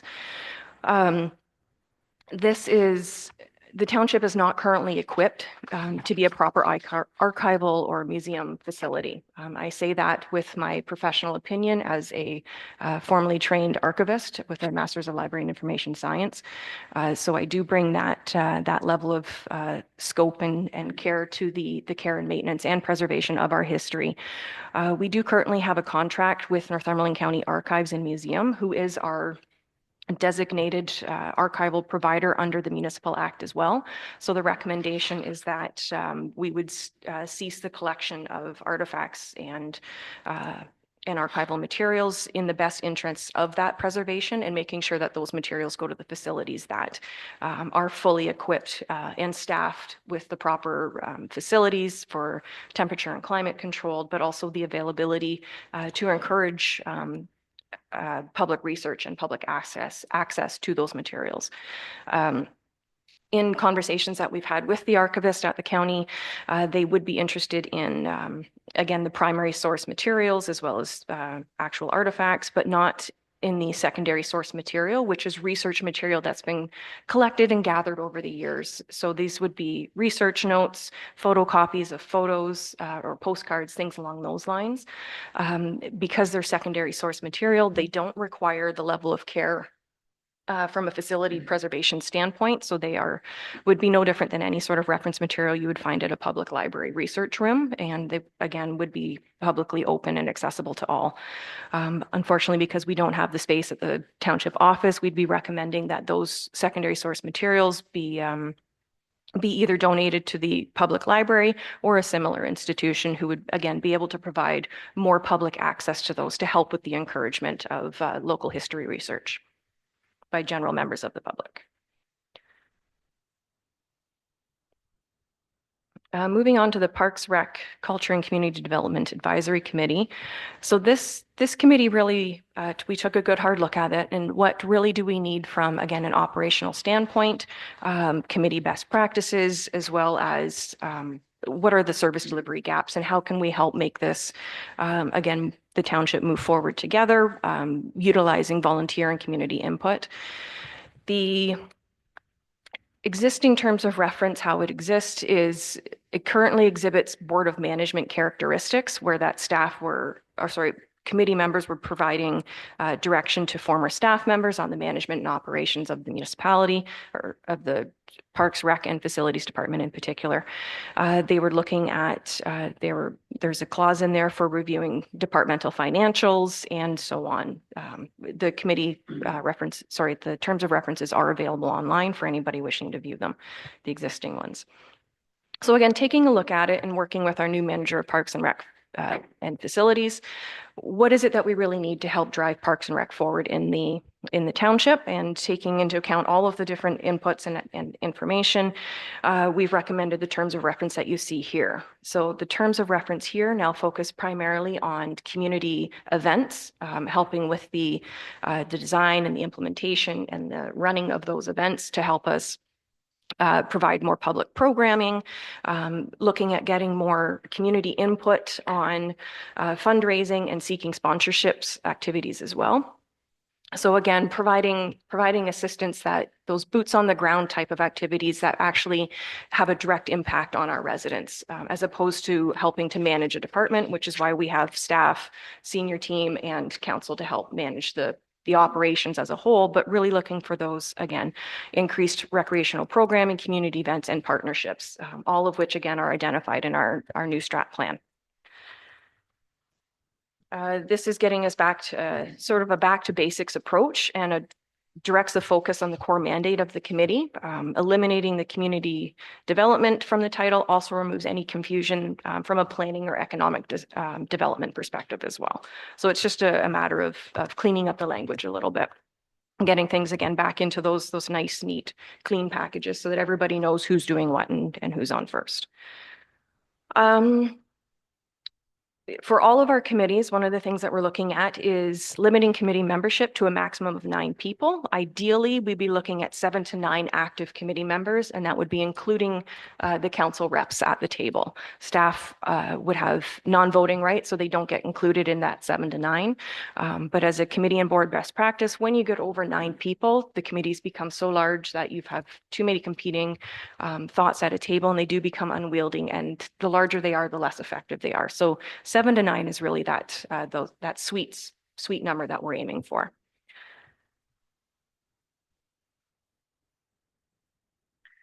In terms of the Newawton Sanctuary Advisory Committee, this committee was struck without a terms of reference. So council did go out. There were appointments made. However, again, in the absence of a terms of reference, there is nothing to actually govern or guide the committee as to what their scope and role should be. Again, when taking a look at it, the staffing restrictions and how best can we move forward and be productive as a whole as a township, staff are recommending that this committee actually be dissolved and be rolled into the new Parks and Rec Advisory Committee. So the new Parks and Rec Advisory Committee would have a very substantial role in helping to determine activities and use of all of our green spaces, of which Newawton would be included within one of those. So it was an efficiencies piece of thing, but there would still be representation on the Parks and Rec Committee, not just for this green space or all green spaces, but for Newawton as well. So it's not that it's being dissolved and there is no care anymore whatsoever for Newawton. It's just being moved into a more efficient format, in that it would be part of the bigger picture of all of the green spaces and parks and trails within the township, as managed through not managed, as included within the Parks and Rec Advisory Committee. General provisions within the terms of references. So we just made some, again, clean up there across all the documents to ensure consistency and expectations are identical across all of our advisory committees. So I've just outlined there some key points. It also provides for the election of a chair and vice chair, which would be handled at I believe it's the first meeting of the year, once they've been appointed. Sorry, first meeting of the term once it's been appointed. And at that point, Mr. Mayor, I believe I've provided enough of an overview, so I'm happy to answer any questions going forward on any of the above, or anything that I didn't cover in the overview. Thank you, Madam Clerk. Any questions? Go ahead, Councillor Ainsworth. Through you, Mayor, I'm just wondering if we could deal with these one at a time, so we're not kind of overlapping on both of them. Can we deal with the Haw one first? Sure. Get it out of the way and then, Yep. Oh, okay, go ahead. That is actually recommendation 2.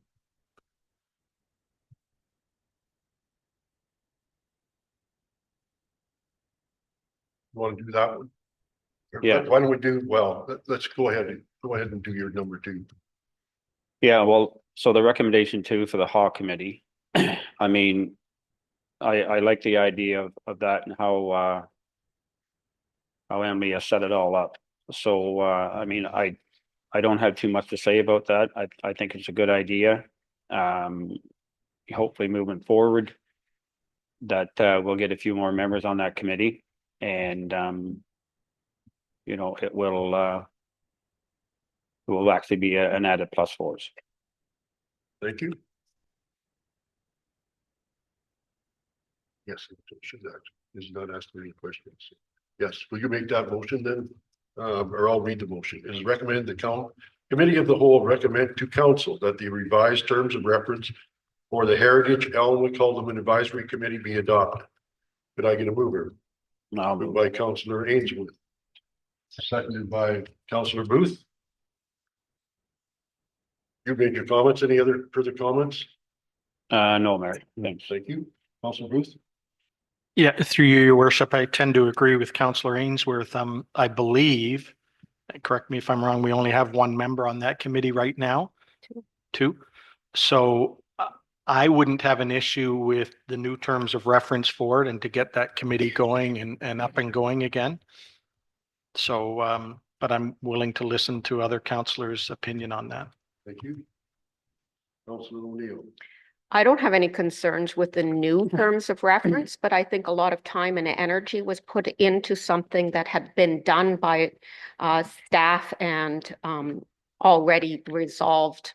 But we can move forward with these new ones because they very much align with the ones. And we did good governance. We did review this at the beginning of our term and said, nope, they've done a good job and they had done a good job. So I'm just going to say that it was there.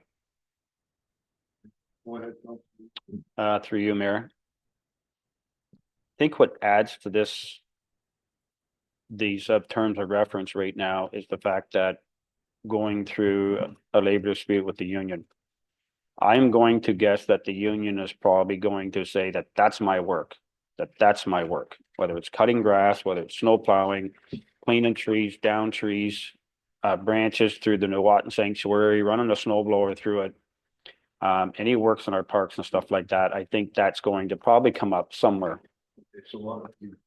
So, well, I guess what I'm trying to say is the importance of sorry, Mary, but the importance of the terms of reference, the way it's written up now, is more important now than it was a few years ago or even a few months ago. Yeah. For the, and you're speaking specifically to the area. Yes. Thank you. Deputy Mayor Stewart. To you, Mayor Logo, and I understand that we are dealing with the Haw Committee, the Heritage Committee. And it is the second part of the, it's number 2, number 1, and I'm not sure how it all ties into, but I would make a recommendation that all the committee members get rolled over into the new committees rather than being going out and looking for having that. I would suggest that they all get rolled over. I'll just say it like that. And I'm not sure how that would affect the Heritage Committee.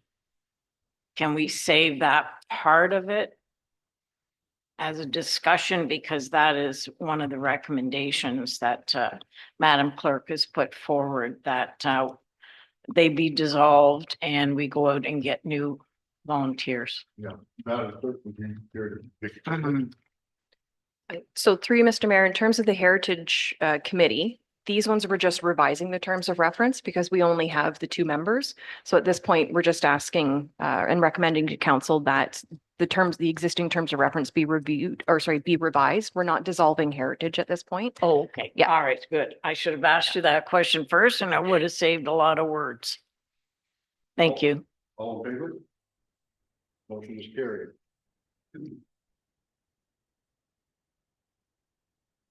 So we better go back to the recommendation.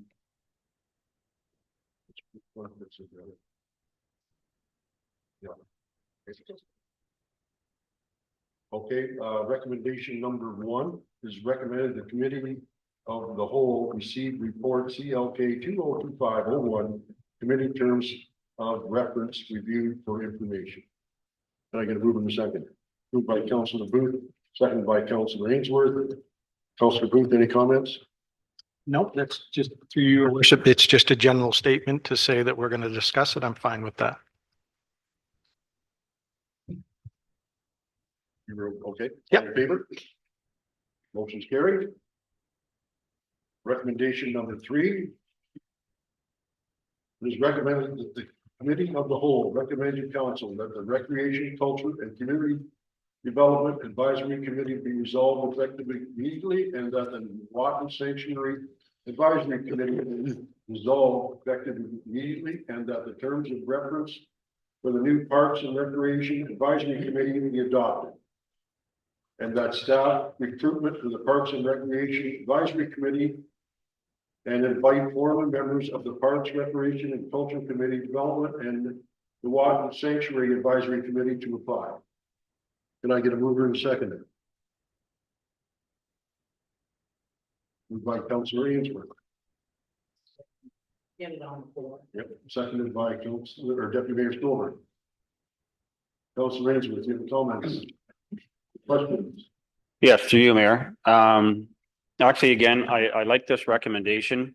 I do agree with Deputy Mayor Stover about rolling over the committee members right now instead of dissolving that and picking more people. I think that would just a process that would just save us some time. And I also like the fact of bringing it in with the Nuwatan Sanctuary group, that we could work together with that group in there, because I think we're all doing the same thing. So instead of splitting peas, more time for staff, more time for counselors, more time for whoever, we could do this all together. And I think, again, going back to the fact where, 4 or 5 years ago, when there was basically a working group in the sanctuary, that all those things have changed now. So the terms of reference has to be different to address that until things are settled with our public works groups and our Parks and Rec group. So I think this is fitting for it right now, that it's coming out as it is. And I think putting it all together with the Nuwatan Sanctuary and making sure that all becomes part of it with our boat launches, our parks. I don't see our two beaches should be part of this. Maybe it's kind of hidden in there that we're going to look after those beaches, because I think there's another opportunity there that we're not looking at. And with our boat launches and so on. So our Parks and Rec committee, if I had to say what we have accomplished in the last 2 years, I don't know if I could tell you that. We put together a Canada Day parade, and if it wasn't for a couple of counselors, we probably that would have never have happened. So it was a struggle to get some help to do that, and so on. So I like the way it's written up. I don't think any committee of council should have authority when it comes to money and any kind of power that staff or council would have. So I think that our public, our committees for the Parks and Recs and the Nuwatan Sanctuary should be set up for, the cleanup days, holding events, what can we do for our seniors, what can we do for our youth? And so on, and I think we need to get back to those roots. And let staff do their job and let council do their job. Thank you. Good points. Go ahead, Councilor O'Neill. I actually am somewhat confused by those points, but if we look at the first one, that this committee would be dissolved, I don't think that was the intention of any of us here to turn out our only remaining volunteers. So I think that and I believe that's what you said as well, Councillor Ainsworth, that you didn't want to see the committee dissolved. Moving on to the next one, the Nawatin Sanctuary Advisory Committee. Now, I unfortunately do not have the full history, but this group, and maybe the people who were at the table, that used to not be part of the township, and it was in the last term of council that it was brought into the township. And then at the budget meeting, you raised an excellent question, and I believe we're supposed to be getting back some information about the money from the sale of the Shawano property and what to do about that money, I think is a legitimate question. I think you asked another question that I believe we need to clarify very much, which is what is the role of volunteers? And it's true, we don't have something right now that's addressing what's the role of volunteers, especially on event by event volunteers. So if we're going to do a cleanup, or we want to deal with the weeds, like invasive species weeds coming into somewhere like Nawatin, sure, that would be great. What does it mean to have a work group? How is that liability covered? All of those things. So I think we really do need a volunteer policy, and I absolutely agree that the volunteer policy needs to align with what are the staff positions and roles. How do they fit and work side by side? My preference would be to see the Nawatin Sanctuary not as an advisory committee at this point, but rather an ad hoc committee that was given very specific things to look at. One being, you know, I guess they would give advice on how they thought the money might be best spent, but they are the people who know that area the best. Asking someone who is sitting on because they have an interest in Roseneath to give advice on the sanctuary, you know, they're not going to love it best of all, unlike the people who are living right in that neighborhood. And an ad hoc committee would do the last thing, which was how could these fit together moving forward? Right now, we've got a specific issue in terms of first of all, making it part of the municipality, because I don't think that step's been clearly defined yet. I may be wrong there. But what does it mean for a municipality to look after a sanctuary? What are the legislation pieces that go around that are involved with a sanctuary, which is different than the park across the road here? Because I don't actually know why it's different, but it does have legislation about what a sanctuary is and what's involved. And so those are very specific issues. If we give it an ad hoc committee, they can deal with, you know, the money, giving advice, also what does it mean to be a sanctuary, and then finally, how do we end up where we need to be? And that would likely be in the next term of council, where they decide, are we going to make this a full committee, a standing committee, or are we going to make it part of recreation? And I think that's a worthwhile thing. Anything else? I do, actually. I have quite a bit on this. I don't know, do we want to deal with them in pieces? Like, I think it was you who asked earlier if we could deal with them in pieces, or do we want to?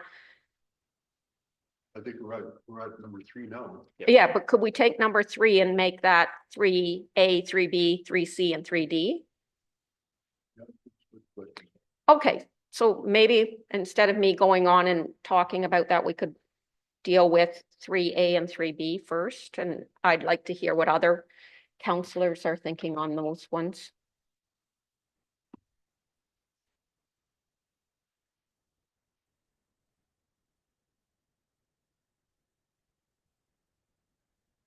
I'm told that we can talk about any of them and all of them right now, but when we go to vote, then I'll ask you each one. Okay? You made another comment then? I just think it would make for a less messy conversation if we dealt with each, but I do have several comments about the terms of reference as well. Okay, go ahead. Okay, so this council exercised good governance in establishing the terms of reference and selecting the committee members. And we did seek the professional guidance and assistance of our staff, and they are the ones who undertook research on our behalf and provided advice to the council on the policies and programs, exactly as they are asked to do in the Municipal Act. And the current terms of reference for this committee were approved on March 7th of 2023. Council, staff, and committee members work together, relying on best practices from other municipalities and the Parks Master Plan. And so that was one of the changes. I know that this council asked Mike and I to sit, and we worked with Jennifer, we worked with the incoming committee. But one of the changes we made was an attempt to align more closely with our Parks Master Plan and the way it's set up and the priorities that are identified. So the selection process for members of the committee ensured that the committee was comprised of capable individuals with close connections to the hamlets spread across Alnwick Haldeman. We had 2 members from the former Alnwick. We had someone from Centerton, someone from Vernonville, someone from the Wicklow area, and then we also had someone out in Shelter Valley as well. So not Hugh, his neighbor as well. They liked us in there. The confusion and frustration from the committee's point of view was a lack of a clear process for recommendations to proceed to council. And that was brought, I believe it was actually on our clerk's very first day. She met with the chair and vice chair, and that concern was brought to their attention. And thank you, Madam Clerk, because that process has been addressed and the process is now clear. And so when there is a recommendation, it is pulled out and council is discussing it now. Next, this committee has not operated as a board of management. The committee made suggestions to previous staff and the staff member used it as she deemed fit. So we had an extensive discussion about communications, and it was broad brainstorming, and then we narrowed it down to what we thought were the 3 kind of key things, and then it went to her as suggestions. In no way was there ever anything that could be construed as board of management. And the committee made recommendations to council, which is exactly the role of an advisory committee. And I'll, if you can bear with me, I'm looking at our councillor's handbook from the province and helping and assisting council with understanding our roles and our duties. And it says the different types of council or committees, such as committee of the whole or standing committees, which have councillors only. So that would be our committee of adjustment would be an example of that. Or advisory committees made up of a mix of councillors and members of the public. These committees carry out the work of council and then report back to council with recommendations. So we're sending recommendations from this committee. They sent recommendations from their committee, and it does include examples of council committees: planning, parks and rec, public works, finance, administration, personnel. So certainly we have fewer committees than other municipalities. Some have tons of them, but we only have a handful. The current members of the committee have given generously of their time and expertise, and given that no one has asked to resign, they are still committed to continuing to being part of the advisory committee. And again, I reiterate the importance of this group that is representing the full geography of this municipality.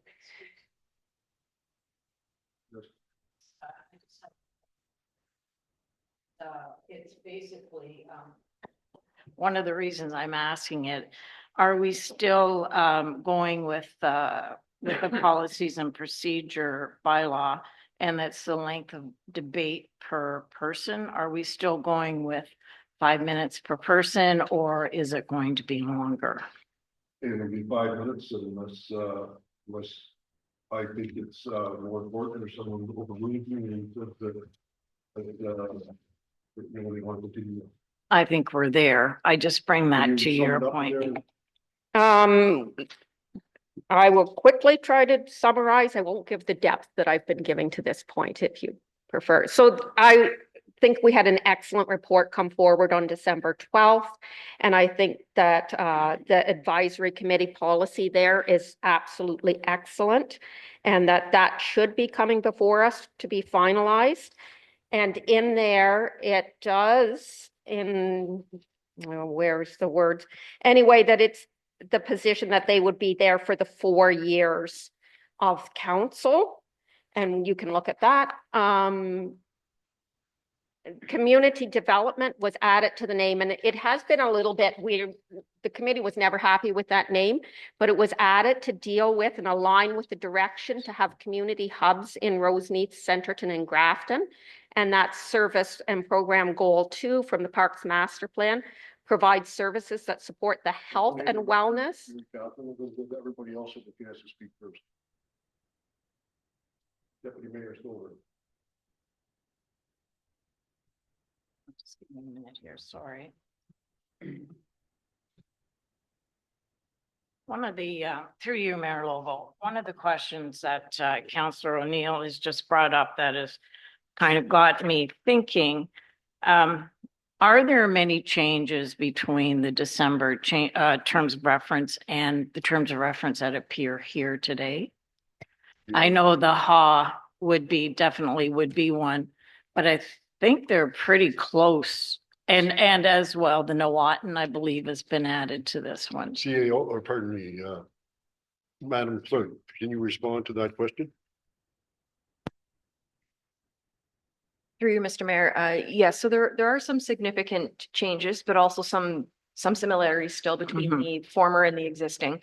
The biggest changes are removing any sort of managerial language. So commenting on departmental financials, anything along those lines. So that part has been removed. We've really tried to put the focus more on, again, community events and getting that community input, helping to facilitate and run community events and programming, provide that input on what would the programming gaps be.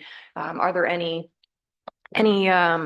sort of that community feedback for our green spaces? So again, addressing the concerns from the Nowatan group.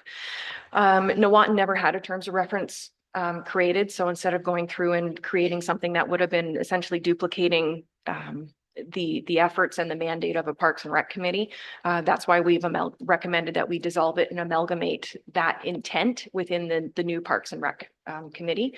Again, helping with the promotion of our green spaces. So really focusing more on that community engagement piece of it, as opposed to an operational side of things. There'd still be some input solicited for any major capital projects or any major maintenance issues or concerns that committee members would be bringing forward to staff, but staff would then take that back and work that into their departmental work plans at that part if they deemed if it would fit with the directions that have been established through the budget process, through the strategic plan, and all taking that information on board. So those are sort of the key differences between the existing and the new, is really, again, putting this committee back to where can we have the direct impact to our residents, and having that community engagement, the community event side of things, as opposed to more of an operational mandate, which is what the former one intended to lean towards. Thank you, Madam Clerk. Mayor Lobo, if I have a continuation, but I will keep it between 5 minutes, if that's okay with you. Go ahead. Through another point that speaks loud and clear here, and we were really put through a difficult budget, and keeping the Nowatan Sanctuary Committee, dissolving it and running it through this committee, the new Parks and Rec Committee, is going to save $4,000 a year. That's a start. So that really perked my interest when I heard that, and I we do have, some people that were wanting to go on that committee. The other thing is I would be in favor of rolling, and I know this committee would get a little bigger, rolling the volunteers over into the new committee and not dissolving it. I did a graph as I was snowed in over the weekend, and there is consistently 4 volunteers showing up. You've had resignations from this committee. The 4 volunteers that are consistently showing up, there is another volunteer that appears. So, I mean, still some involvement, but not as involved as those 4.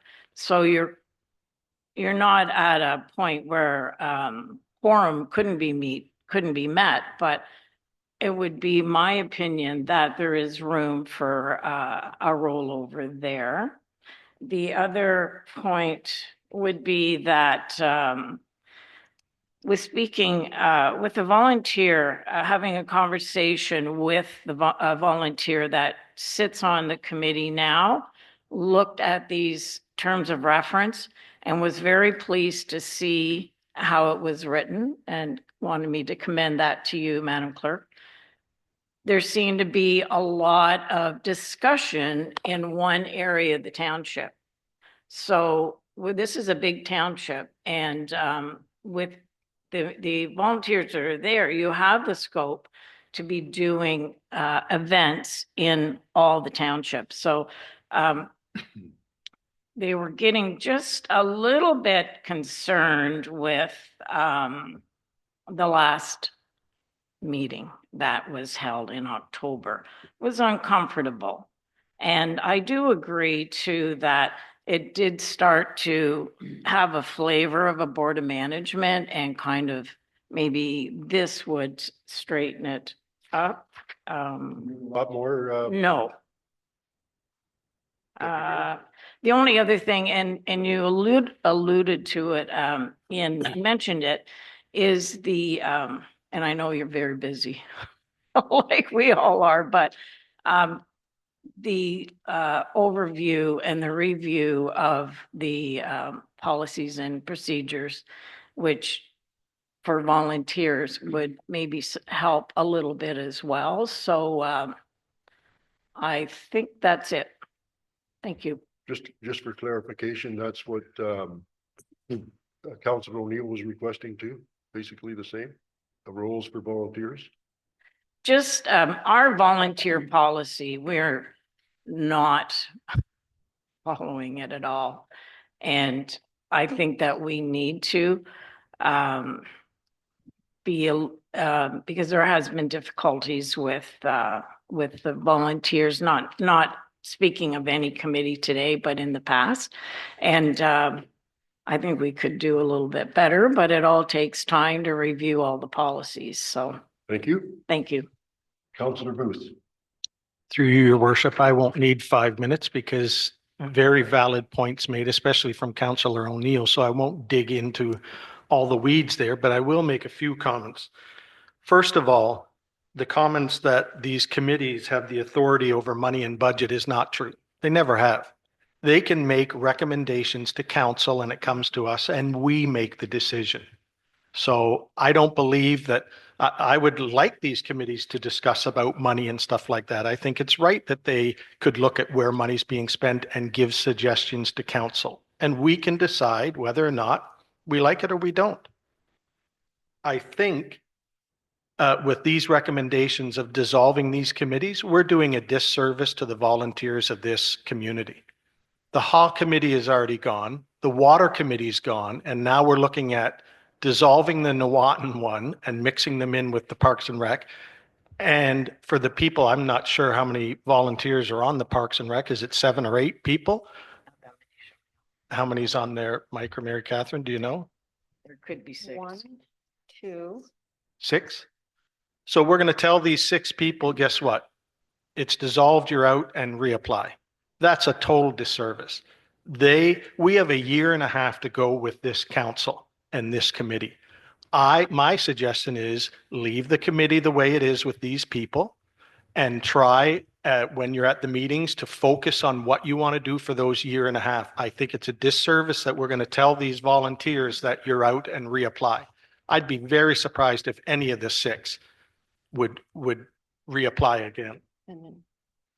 And also with the Newawton one especially, because I was part of the last council that we talked about the sale of that piece of property there, that council at that time thought it was a great idea that the Newawton Sanctuary is a unique green space in the town. Literally thousands of visitors a year visit there. Even bus loads go down there, we were told. It's a unique thing. And what we wanted was, there was a lot of volunteers that have expertise that live down there that had suggestions to council on how we could better that. And because we have a pot of money now from the sale, and I'm not sure exactly how it is, the idea was from council is that we would have the manager of Parks and Rec sit with these experts and come up with some ideas on how we're going to spend the money properly. Not just loosey-goosey, buy this, buy that, to let them do the work and come to us to say the bridge should be done or the dredging or whatever it is. I'm not an expert on that. That's what we wanted from them.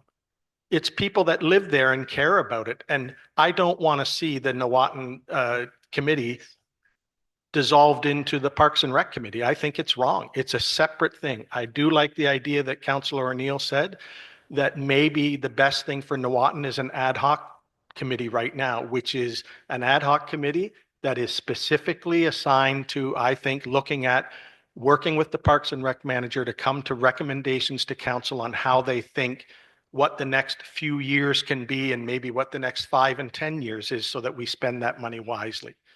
But I'm not in favor of dissolving any committees. I really don't think that that's the way it is. They're strictly advisory committees. If you want to change the terms of reference in the Parks and Rec one, then wait until our term is over. And then next council, when you're advertising for people, you can change the terms of reference. Thank you.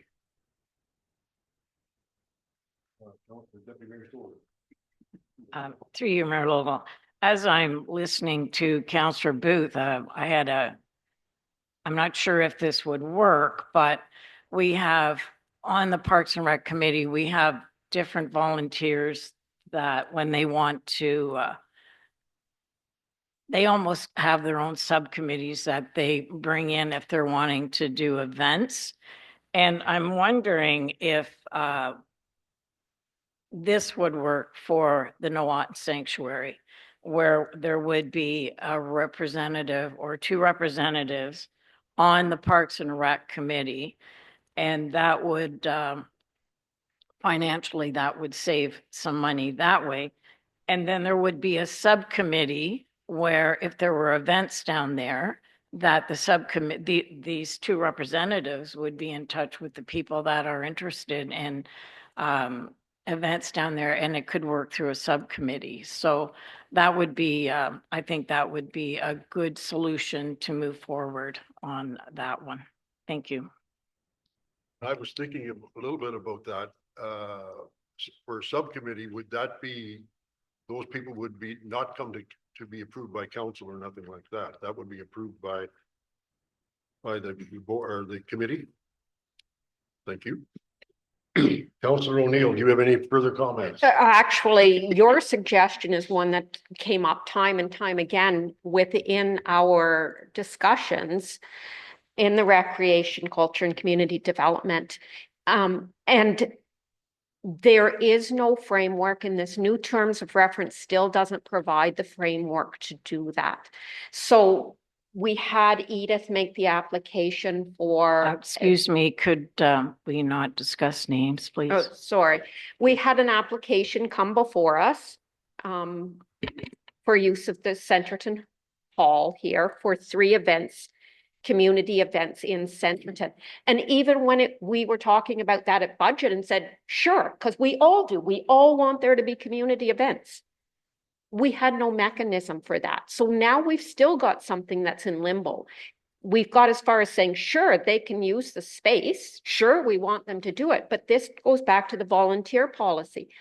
Who now gets to make decisions about what that event is? Who are the volunteers who are Because Question. certainly there is a willingness for there to be a little subcommittee or working group or whatever here. The good news is that at that October meeting, one of the suggestions that came was to really go through the Parks Master Plan and look at where we are and review where we are around the Parks Master Plan. And Section 8 of the MARC is all about volunteers. And I think if we were giving direction to that committee, it would be, let's look at Section 8. Let's get this volunteer. And I know you spent the first year really advocating so strongly. It's interesting, on the day we approved the terms of reference, you actually hadn't brought forward a motion, and I seconded it, to look at the volunteer policies at that point. So absolutely, I think that needs to be a high priority. And I think Mike has really included some other things. What physical work can volunteers do and what physical work should they not do? What tasks are approved and what tasks aren't approved? Just with that $4,000, we're paying the person already. We're not paying extra to go to those meetings. It's just how that person's time is allocated. So if we want to argue about time allocation, fine, but I think it's not a financial argument. Go ahead. Councilor Reeves. Through you, Mayor. So I just want to kind of say, I think we're all really saying the same thing here in a lot of ways. You know, and the big thing is we don't want to roll over our volunteers. We want to keep them there. Volunteers should not be, they should not be a threat to us when it comes to liability. But at the same time, in today's world and what's going on right now in the township, is we have to understand what they can do and what they can't do. You know, we have a gentleman that's doing some work in the Watton Sanctuary, and he's probably doing it in good faith. But should he be? So I don't have a problem with rolling over the Nuwatan Sanctuary group with the Parks and Rec group, because I think they're going to get the same thing out of it, regardless whether it's 2 or 10 people on the committee. If now that we have our Parks and Rec manager and he's putting together some proper work detail schedules,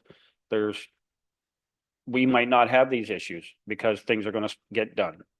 And I think that's what most of the people in the Nuwatan area want, is to make sure that that sanction is looked after. If it was being looked after properly, we wouldn't have these people standing up going, hey, what's going on? Looks terrible. Right? So we have a path moving forward. We have a committee to help with that kind of work and feedback. And I think just amalgamating them both, it makes more sense. And we just went through budget. We know how busy staff is. This would help staff with, less agendas, less minutes, less meetings. Deputy Mayor. Through your Mayor Logal to Madam Clerk. And I'm sorry for putting you on the spot, but how would you see subcommittees working? And could they be intertwined in this terms of reference, or would that be separate? I'm just thinking, because I think subcommittees exist, but we aren't recognizing them formally through this. Go ahead. Madam Clerk. So through you, Mr. Mayor, under Section 5 of the Terms of References, subcommittees are authorized. Oh, okay, good. I can just find it here. One of the bullet points is participate in subcommittees if applicable for the effective planning and delivery of programs and assignments. So these subcommittees would be one less than quorum. And at that point, the subcommittee can just go off and organize and plan the programming that they want, less than quorum of the committee. They would then report back to the main body. So whatever the committee is. And at that point, so that committee would then make the decisions or the recommendations to council at that point for going forward. The subcommittees would be for council approved projects. So one of the things that we started to implement was the development of a annual work plan for our committee, so that they would identify which projects they wanted to do in the upcoming year and any budget allocations. So the subcommittees would be, say you would strike one for Canada Day, for instance. That group would then go off and start planning Canada Day. So no committee has the authority to enter into contracts or anything along the lines. I believe that's outlined in Section 4. Section 3. section 3 of the terms of references. They still wouldn't have the ability to, committees don't have the authority to approve work at township facilities, hire contractors, staff or volunteers, enter into contracts, approve, implement policy, waive fees. And there's a couple other items there. But they would go off and they would do the legwork. Again, that boots on the ground to help plan these community events and programs. And if I may, just a follow up. So I'm on the Parks and Rec committee as a volunteer, and I have friends that want to volunteer as well. How do I get them? I would call them a subcommittee with me, the lead, to report back to the committee. Is that how it would work? Like these people here that aren't really formally on the committee, but are wanting to volunteer. And I see this more at the Nawatin Sanctuary and other events as well. So I'm just wondering, do we vet this group or how do we go about that? So through Mr. Mayor, and again, this is where the volunteer policy would need to be reviewed and revised. I'm aiming for June, July of that. Thank you. Again, aiming. In terms of volunteers, again, committee members are volunteers in and of themselves. They Yep. wouldn't have authority or jurisdiction to manage other volunteers. Okay. So that would still be the responsibility of staff for that event, but that's not to say they can't go out and recruit and start planning. Even at these subcommittees, you'll still to a degree still have staff involvement because we need to from a liability perspective, but also from an operational perspective, just so we know what is actually capable by scope. Okay, looks like that would be covered then. Thank you. And for just so for clarification, if there was a parade and there was the band coming and they were they were contacted and asked if they'd come, does that have to be approved through the staff?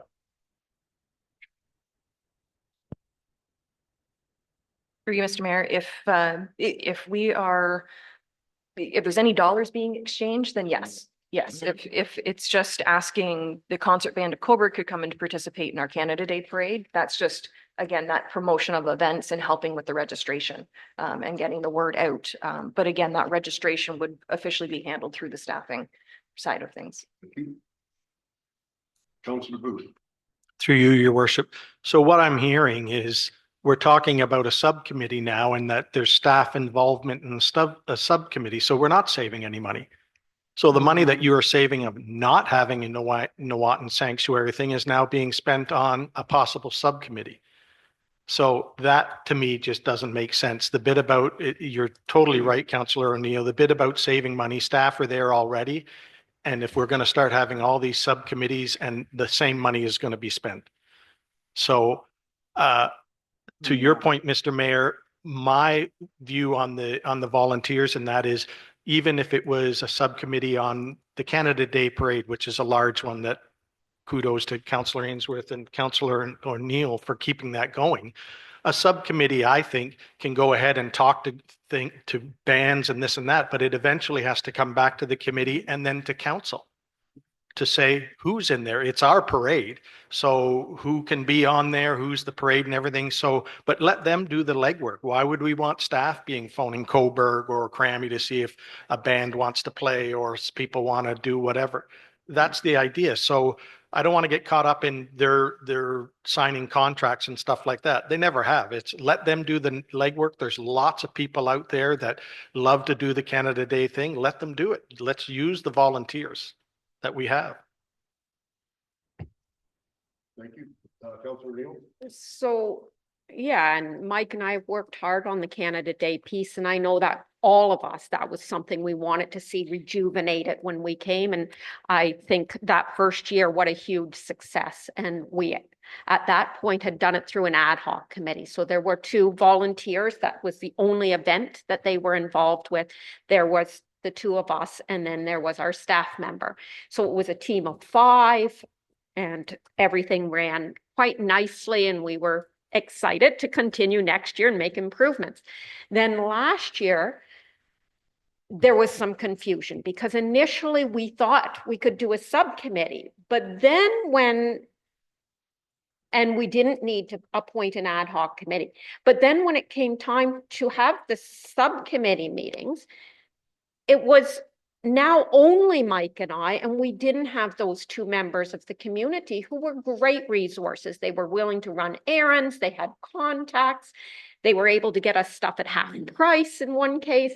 They were great contacts. And so That's the piece. it that was needs to much, get looked that's the after. piece that needs clarity. And yeah, absolutely.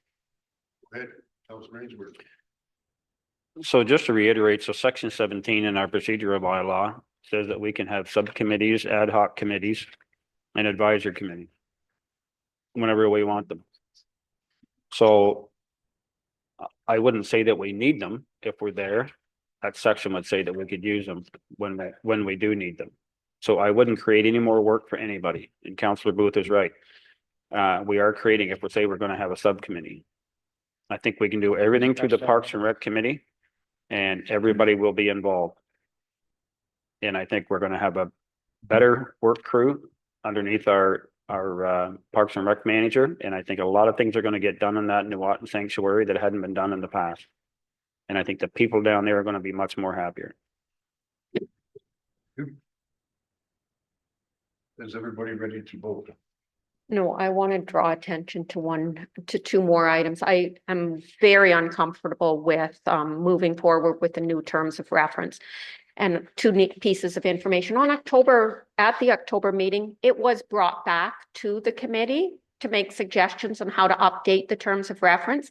And the quarterly review of financials, which the clerk has identified at least twice in this meeting, that was actually one of their recommendations, to remove that piece. But overall, we joined to be part of an advisory committee. We want to continue to be part of that advisory committee.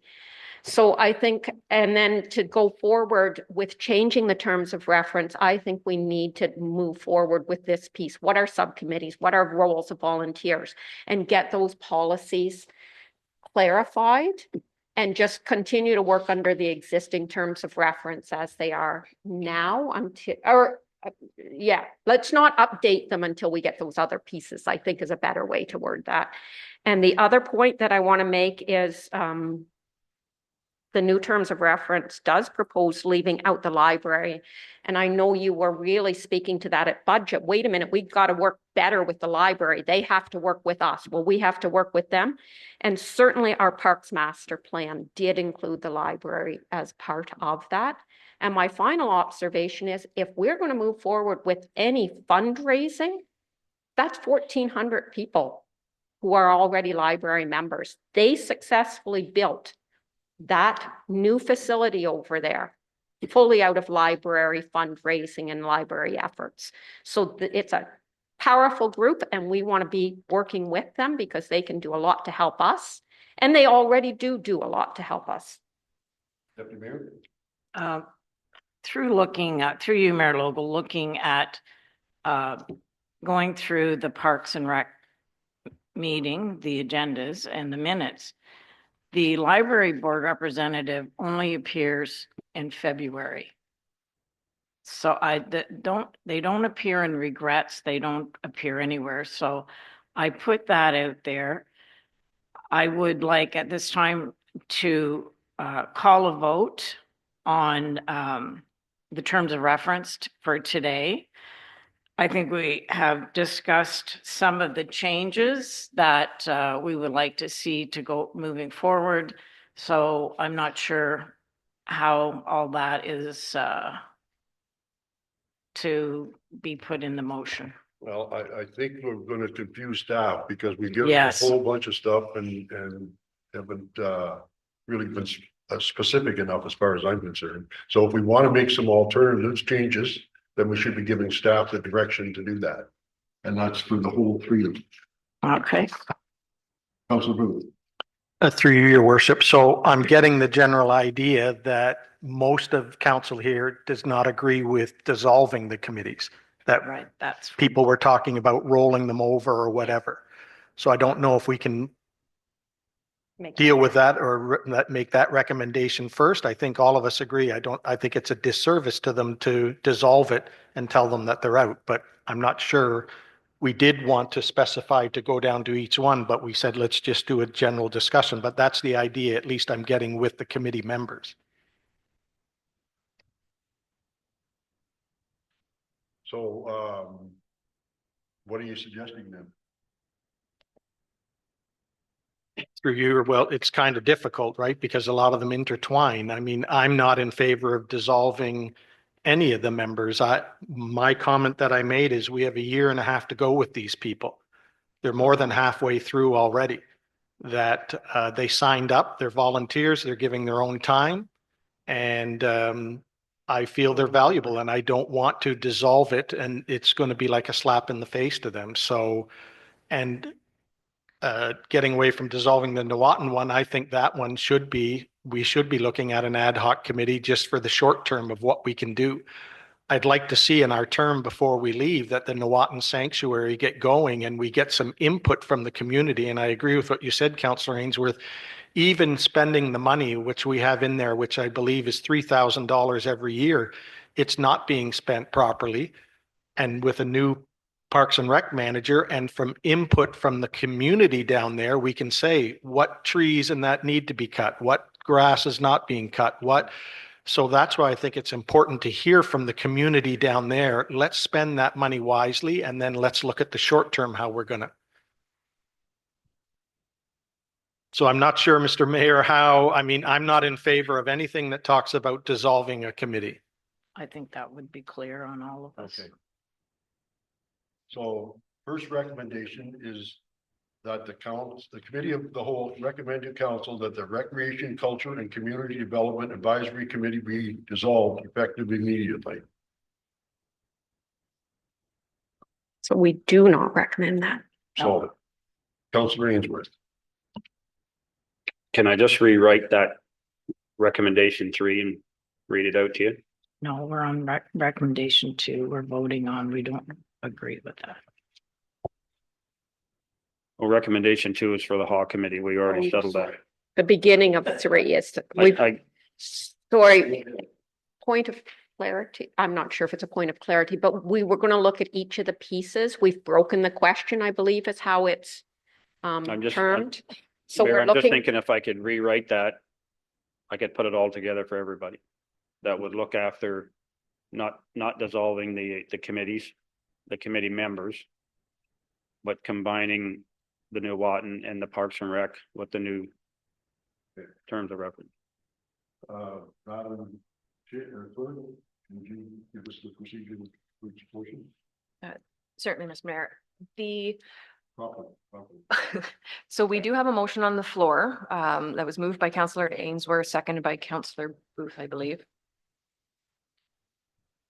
Sorry, just my bad. Sorry, seconded by Deputy Mayor Stover.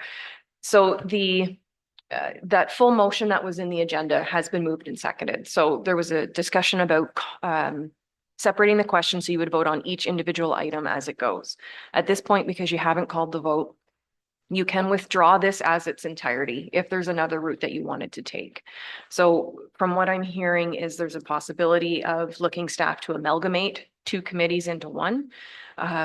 So before you start voting on these individually, consider whether or not is this going to impede anything going forward. So if you wanted to approve the terms of reference at a later date or make the recommendation to council to approve the references at the next March meeting, if you're to vote on this right now, is that going to create an issue? So you might want to consider a motion to withdraw the one that's on the floor and finesse whatever it is that you're looking to make a recommendation for yourselves at March.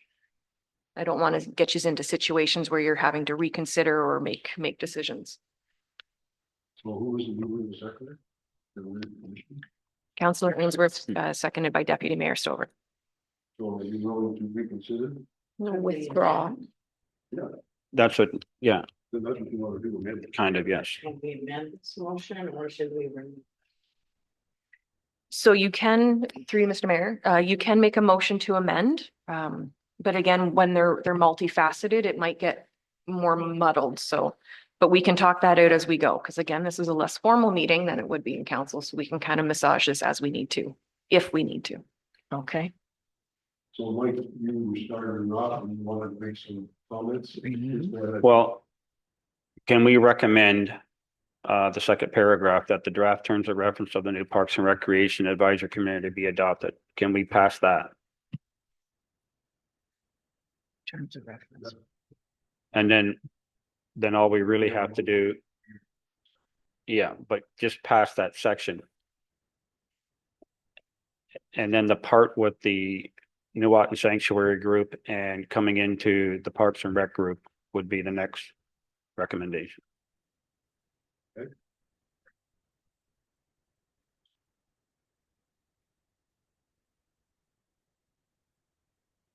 But not dissolved, just so I understand it. But not dissolve any committee members. Okay.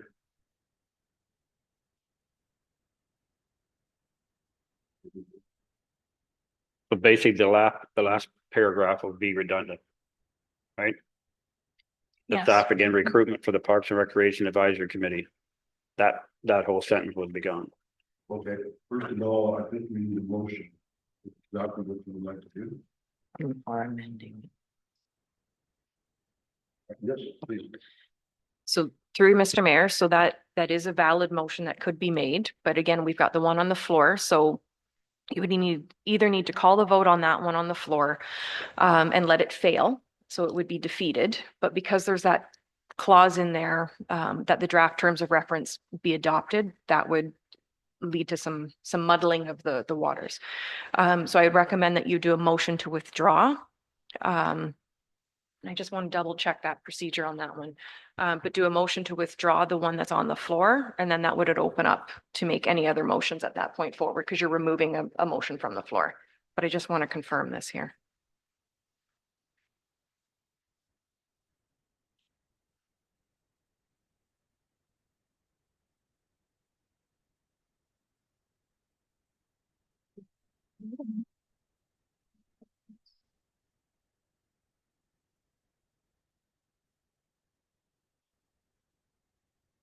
Mike says he wants to take off. I'm out of there, but it's not my preference. We will see. I mean, I can live with all.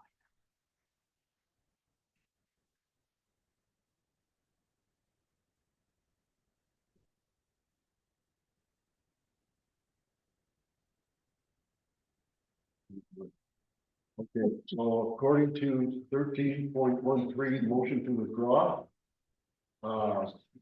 Only Mike can do that.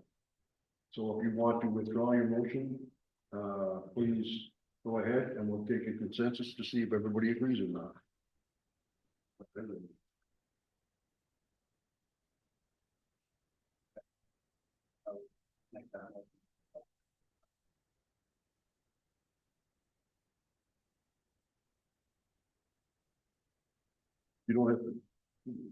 You don't have to make a motion, you just are requesting to withdraw the motion.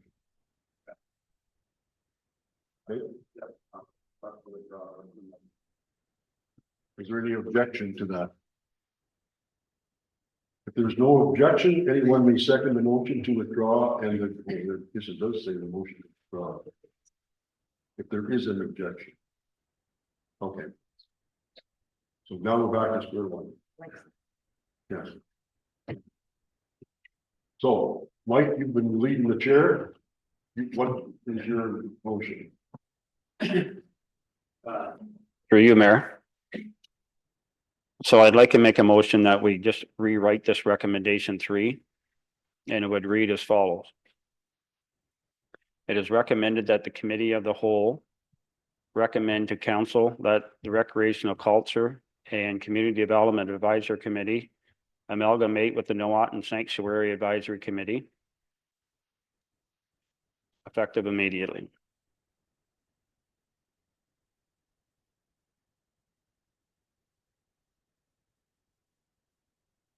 And that the draft terms of reference of the new Parks and Recreation and Advisory Committee be adopted.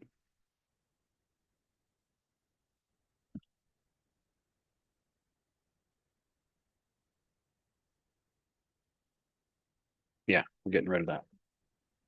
We're getting rid of it.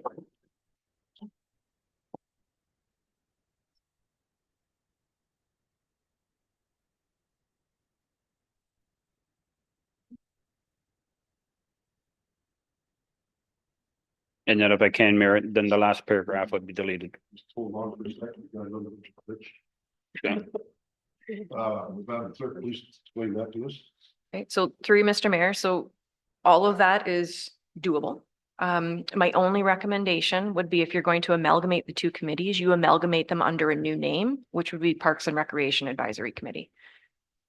Okay. And then that leads you into that second piece, that the draft terms of reference be approved. So now you've tied that new amalgamated committee by name to a new terms of reference. So Yeah. it's just a little cleaner cut. It's the exact same thing you said. You're just Okay. renaming the new amalgamated committee. But I put that for your consideration. You want to read that? Yes, please.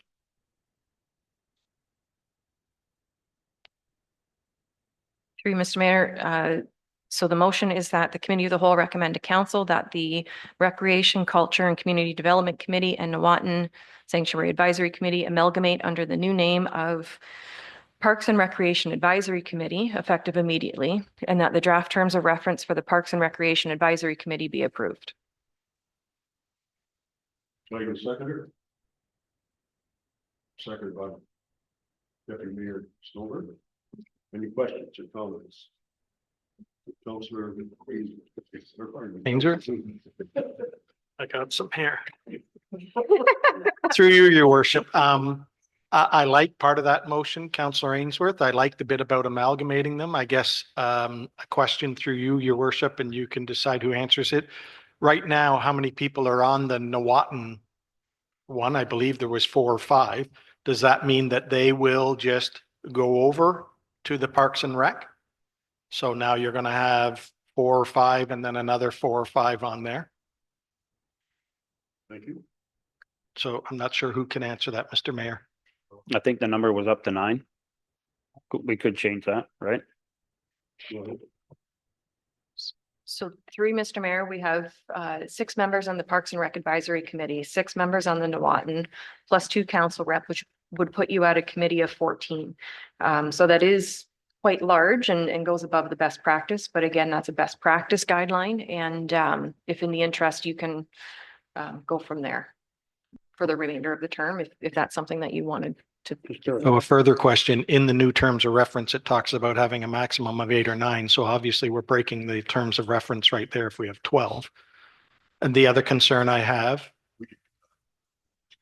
I know it just doesn't make sense that we're going to approve the terms of reference that says 8 or 9, and now we're going to have the other one that I disagree with, and Councillor O'Neill brought it up, is removing the library rep. The reason that we put the library rep on there is because the library is not an outside group. I consider it's part of the township. We supply them. The idea was that the library worked with that committee about if there was things the library could do, put things up on the bulletin board for them, help them with things, be able to talk to the 1,400 members that come in and ask about Canada Day Parade and things like that. So yes, I know they don't always attend. But I do know we had a change because there used to be a person that was on it and they withdrew and then they changed it and then somebody resigned too. So I just think it's important that the library rep is there if they want to attend, just to keep that open communication, which we talked about, Councillor Ainsworth, that we want to see more involvement with the library, and I think it helps that committee. Councilor O'Neill. I do take the clerk's point about getting it too unwieldy. I think that Nawatin, if 6 of the members all of a sudden are Nawatin oriented, that's the reason they're there. We're going to have to end up having almost 2 meetings anyway, one to deal with the recreation activities and one to deal with the Nawatin piece. So I think it will be cleaner, especially for the next year and a half, to do an ad hoc committee that there was money allocated to dealing with it. There's another difference I would see on what happens with Nawatin compared to our recreation, and that is that Public Works probably needs to be meeting with them on some of the meetings because of the water flow issues because of the bridge issues. So it would actually be different staff members addressing. And then in terms of the financial piece, the treasurer would probably need to be taking a bigger role on that piece. So I'm not seeing that this is full alignment. I certainly agree that these terms of reference here aren't set up to address, and I could be convinced to go either way, an ad hoc or amalgamate it. My preference is ad hoc. I think it would be cleaner and easier that way. And the ad hoc isn't making a lifetime commitment. It's actually doing, but I also, other than some of the logistical things that make this terms of reference not ready to be passed, the point that we were talking about the volunteers and the volunteer policy and how to incorporate subcommittees, I would really like to see some of that fleshed out and developed.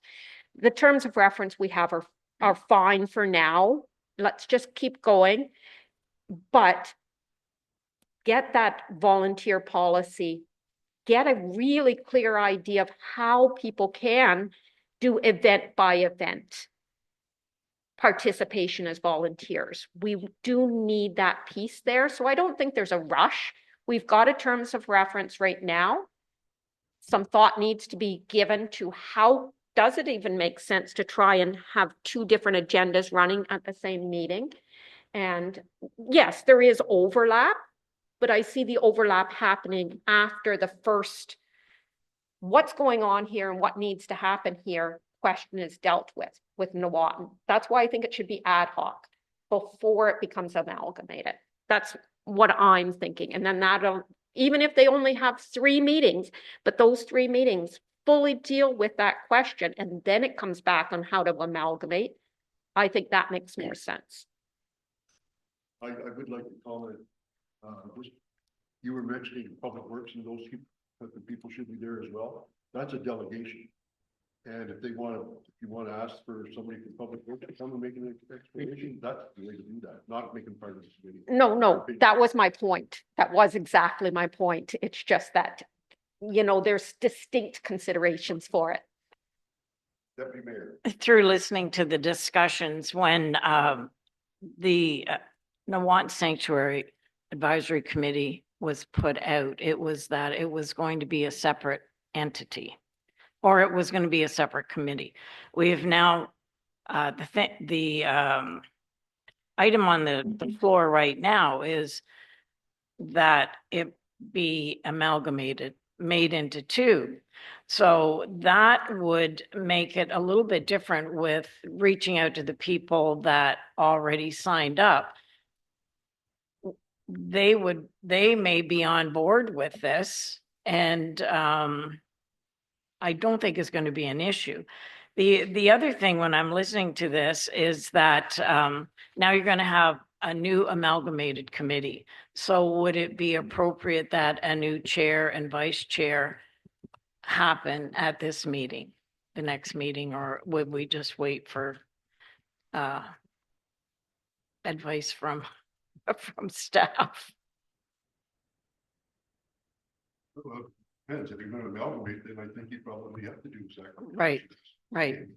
Yeah. If you're going to keep them separate, then your chair stays with it. Right. And the other point I would add, I'm not sure really, the Newawton Sanctuary just wants to be at a table somewhere discussing discussing the sanctuary, but being part of everything else that's going on in the municipality. So that would be my only thought. Thank you. Councilor Ainsworth. Mr. Booth had his hand up first. They got you. Okay. Through you, Mayor. The Newawton Sanctuary kind of reminds me of our bylaws when we first got onto council.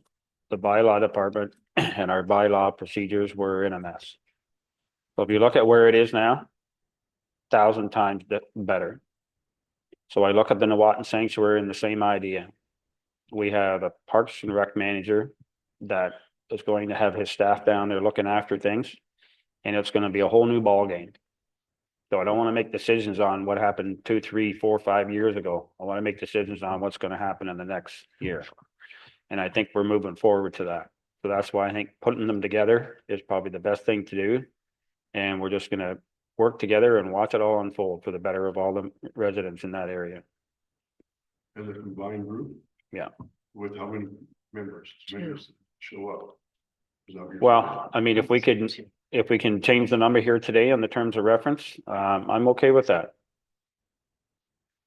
You know, and again, I understand what Councillor O'Neill's coming, right? We can make ad hoc or partial committees as we go along, or subcommittees out of the committees. Maybe we could use those extra people. But I'm okay with that. Councillor Booth. Through you, your worship, I guess just two comments is, the first one being that the danger, and it talks about the terms of reference, trying to keep it neutral. You're going to have 50% of that committee that are going to be Nawatin people. Mhm. And I agree with Councillor O'Neill's comment is that you're basically going to have two meetings. You could have that group, and I'm not saying they would, totally take over a meeting and decide that they're going to deal with all Nawatin stuff. So that's one. And the second one is just a clarification. When we did talk about the Nawatin committee with last council, we did talk about that there would be two staff members on there. One was to be the Parks and Rec manager, which we didn't have at that time. So they were looking at the foreman. So that would change now. And two was to have the public works person there, that they would be on that committee because they were the ones that dealt with the bridges and the dredging and the other stuff that the Parks and Rec wouldn't.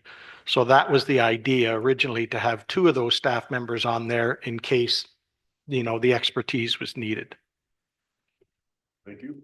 Councillor O'Neill. I also want to remind you about the process that we went through to select the members who are there.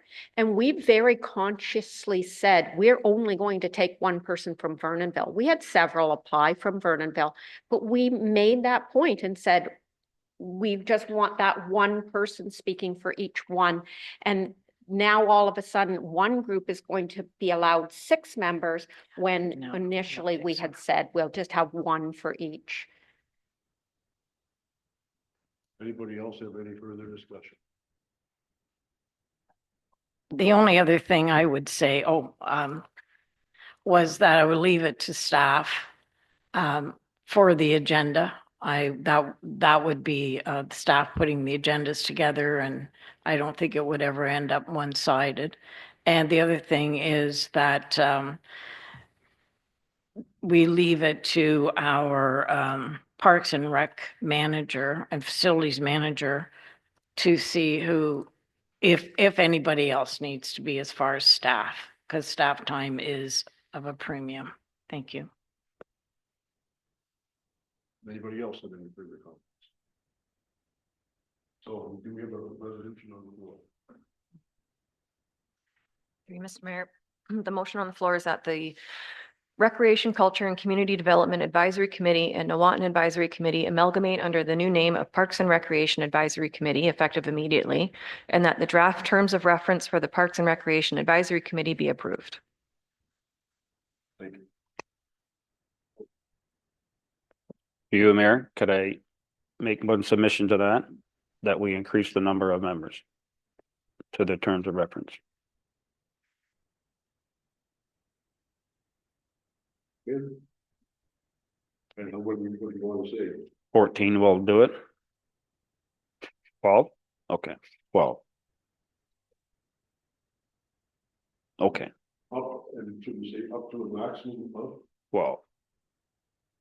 And only 11 apply, and then only 11 want to return, then that's what we should have.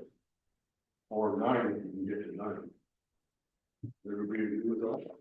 Just clarification, when you say 11 are returning, we're just talking about the 6. We're not involving the current Parks and Rec people. They're on the committee. Yeah. We're talking about amalgamating. So the 6 that are coming over, if 2 of them decide they don't want anything to do with it, then fine. 6 if 2 doesn't. I mean, the 6 that are on the Parks and Rec already. Yeah, I'm sure then if they see that the committee members and they decide to resign or whatever, that's fine. But we're just talking now about the 6 that are coming over, that if they decide that they don't want to be part of that, then But I agree with you. We need to change it because right now it says a maximum of 9. So I don't think it hurts to say a maximum of 12 then, and we're covered, right? And But at the same time, if it's less than, what, if you get to 9, that's perfect. And I know that other times we said, okay, we should set 7, but there's 3 other people wanting to get on there, so we put them on. That's wrong. We shouldn't go into the 9, if that's what's suggested, then that's what we should be shooting. Is my opinion. Good point, Mr. Mayor. And maybe we change that with the next time with the committee we're doing that now this time because of people coming over, but we can look at amending that later to say that once it gets down to 9, then that's the maximum because Yeah. too big, like you said, it's unwieldy. Unwieldy. Yeah.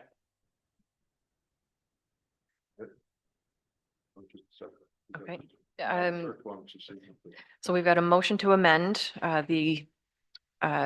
motion to amend that the draft terms of reference for the Parks and Rec Advisory Committee be approved with a committee composition to a maximum of 12. So I have that moved by Councillor Ainsworth. Was there a seconder?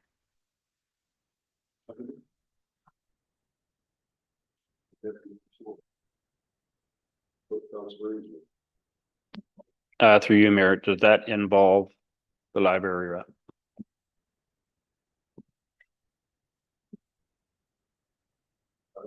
Yes. It's not the way it's read, is it? Through Ms. Mayor, that's correct. It would not include the library rep as it's written. Yeah. But I'm asking it too. We should put them in there. I think that just keeps the groups together. Okay. Can you do that? So What would be the reason why not having them in there?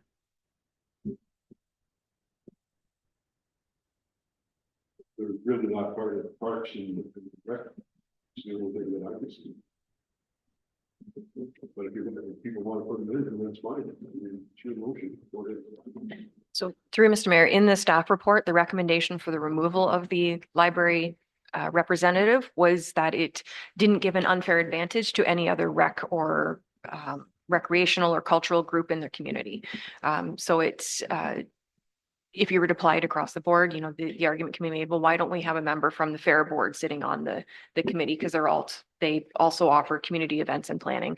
So this was just not giving one group more special seat at the table than another. So it was focusing primarily on internal parks and recreation. We still have a partnership in a solid working relationship with the library. So if there's anything that would affect them in terms of cross communications, those relationships already exist. So that was why we made the recommendation to remove the library so that it was more of an equal playing field for all of our community groups that we converse with and are developing partnerships with or have existing partnerships. Through you, your worship, just to comment on that. The reason we did add the library, and this was from last council, was because we felt there was no communication between council and committees and the library. And the library came to us and said, you know, we could have put that up on the bulletin board. We could have told the librarians about Canada Day when people ask us. So, and I guess the comment really doesn't hold water now where it says we don't want to give any unfair advantage to anybody, because we just did. We're going to have 6 people possibly rule the whole committee. So that is out the window. I don't think one library board person on there that's going to help us with communication to say, could you get that out to the people? So I like your comment, which is why would we exclude them? The comments just made just don't hold water now. I think the library should be on there, one person from the library.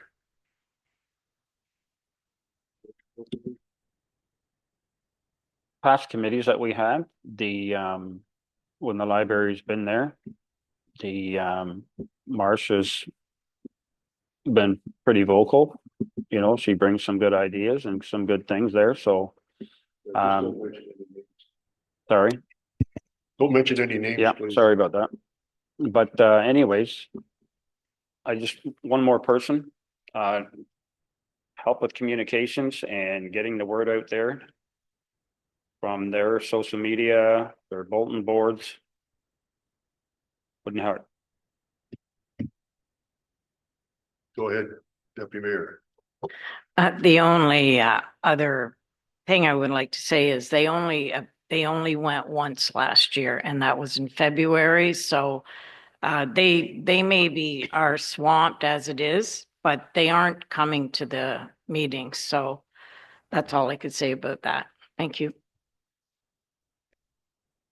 Go ahead, Councillor O'Neill. You were over there. A couple of things through you.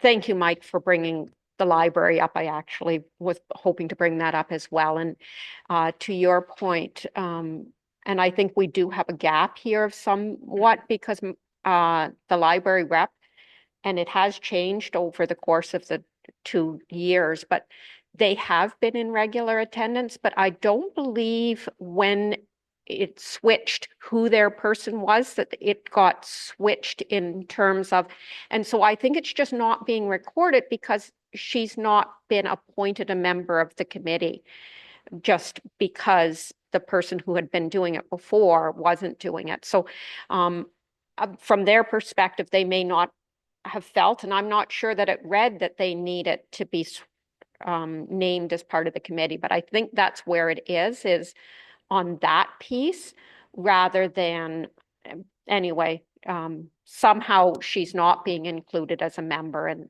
that's a fact. It sounds to me like Councillor Ainsworth is saying that she's there more Yeah. than what's recorded, Yeah, quite a bit more than what's recorded. Is that what you're saying? Say that again, Mayor.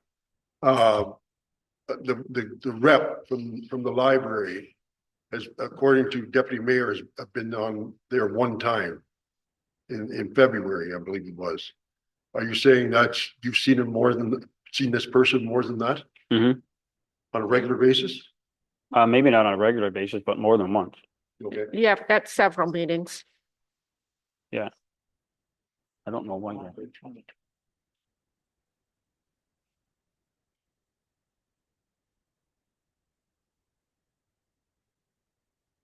The bill came.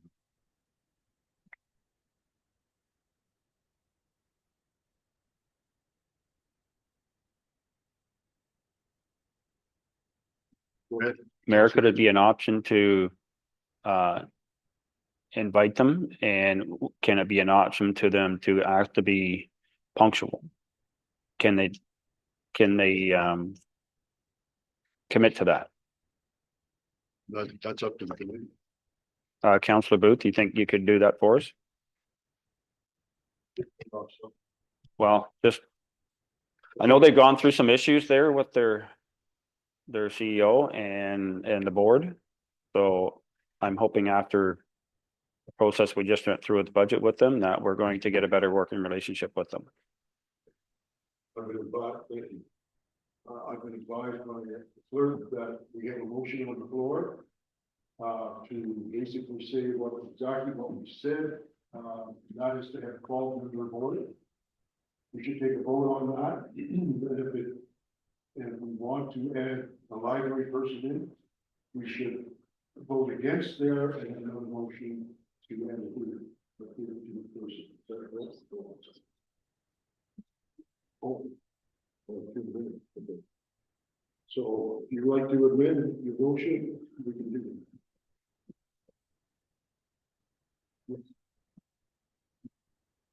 Maybe amend our original motion to put it in. So we have a motion first. Then go ahead and explain it.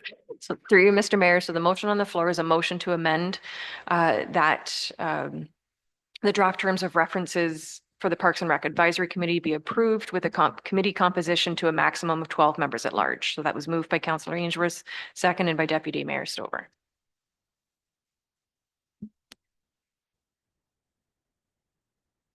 Okay. Okay, so once this motion's dealt with, it's cleaner. Deal with this one.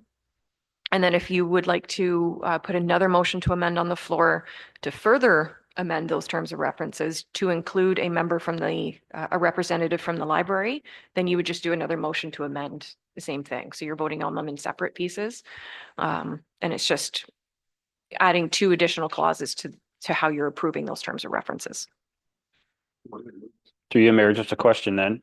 So would it be just as easy enough to leave the library rep as an invite as needed? Would that make sense? Through your worship. No, I think the cleanest is we approve this and then amend it to say that the library person is still allowed. And I don't believe, Mr. Mayor, it makes a 13. I'm thinking the numbers you're talking about that are on the Parks and Rec right now are including that person. So it's not like we have to go from 12 to 13. I think that person is already part of the 6, right? They might not show up on a regular basis. No, It's they're- not. Yeah. So then we do need to change it to say that a maximum of 13, and we just do that temporarily until the next committee and then drop it back down to 9. Deputy Clerk or Department Clerk.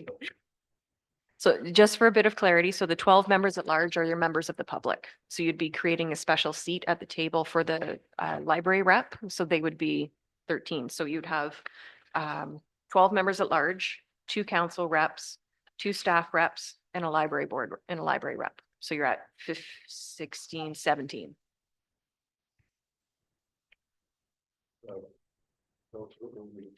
I'd like to make a motion to postpone so that staff and the sitting committee, as it is right now, has an opportunity to look at this.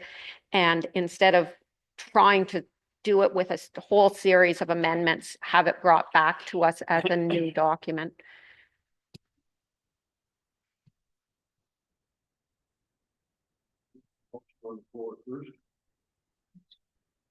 Sorry, I thought I could bring a motion to defer while.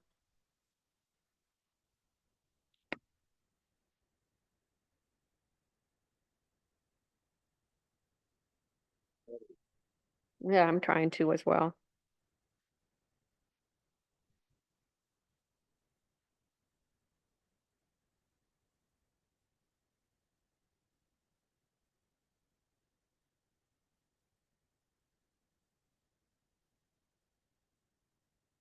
You are correct.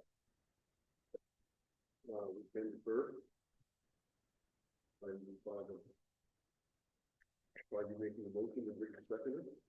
Right, and my reason for a motion to defer, which believe I'm supposed to state, is that I think this is getting to be too convoluted, and if it comes back to us as a new document, it'll be easier for us to deal with effectively. The only comment I would have is that when it comes back to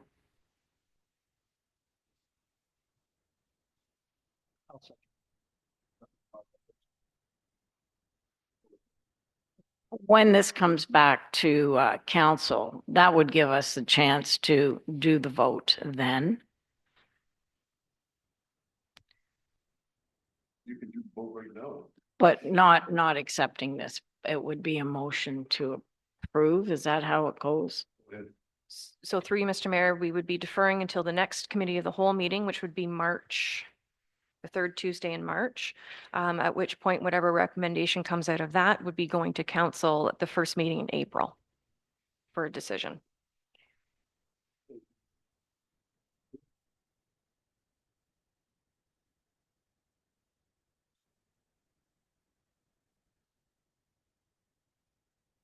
Your worship. There's a Parks and Rec meeting next week, I believe, on the schedule.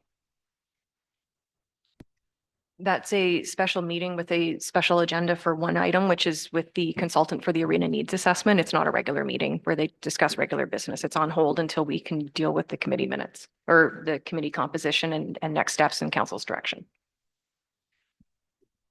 Voice, go ahead. Through you, Mayor, I just wanted to say that I don't support the motion to defer this. I think we got it.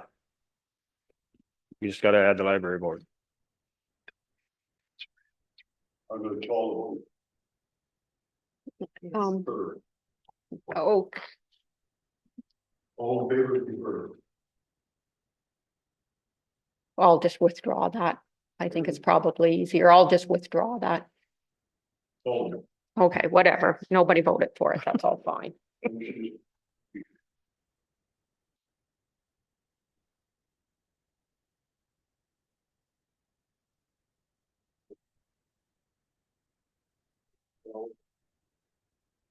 At the library.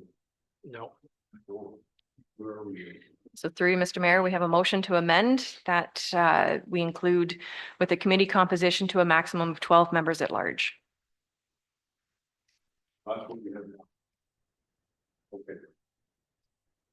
It's been moved and seconded. So if we decide to defer, or we turn it down, then we'll start all over. Then we'll have to open this. But somebody else can bring another motion to make the 13th. Right? Yeah. If someone wants to do that, yeah, go ahead. Correct. So it could go to 13, but the recommendation is 12 members at large, which are your members of the public. And then you're doing another motion to add the library member separate, because the library member would not have voting rights. They'd just be there for information purposes.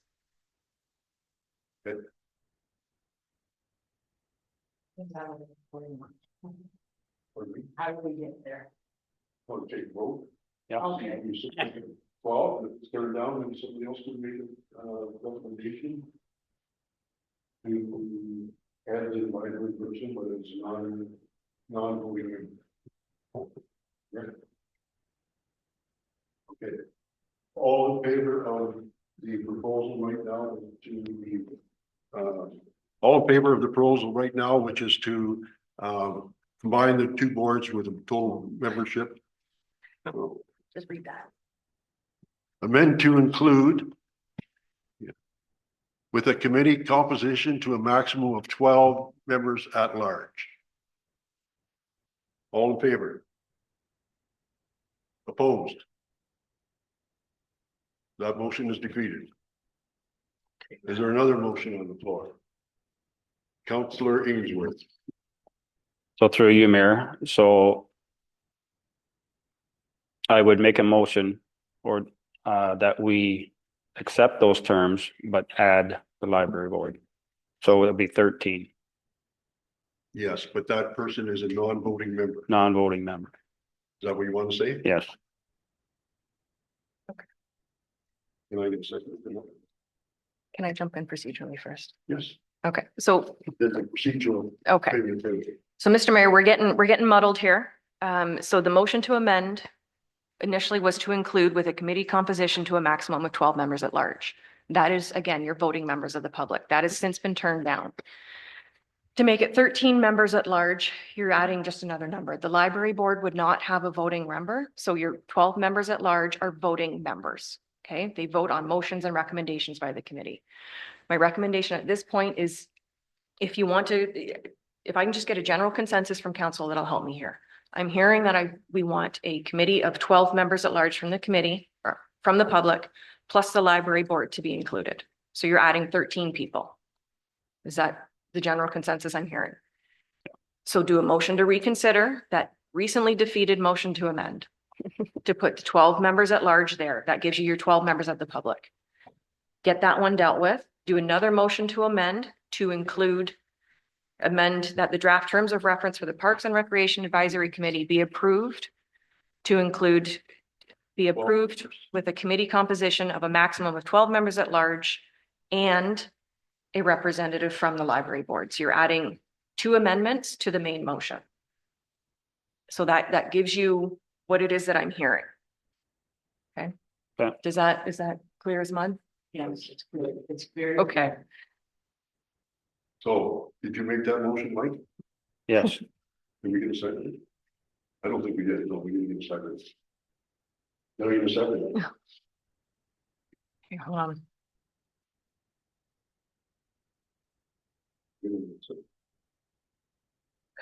I'm going to try to speed this up because we've been at this for 2 hours now, an hour and 45 minutes. Hold on, if I can just ask for a moment here. Yes.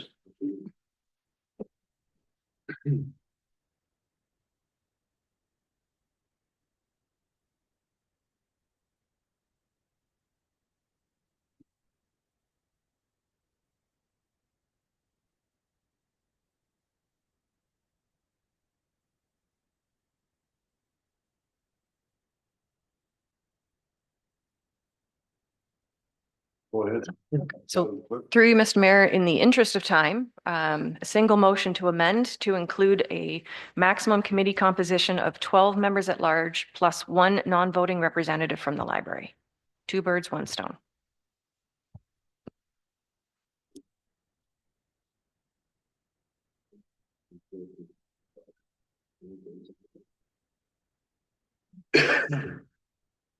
So, I need move in a second for that, I move by Mike. Yep. Second, I'll second it. second by Councilor or Deputy Mayor Stover, further discussion? All in favor? The motion is carried.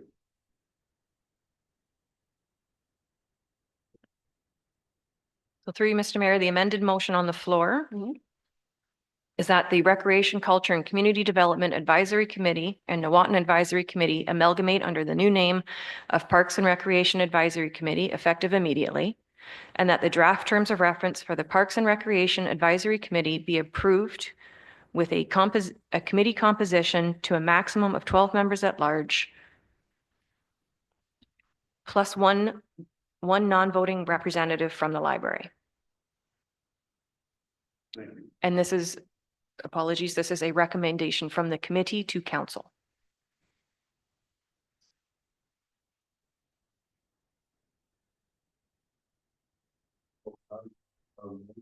Our recommendation to.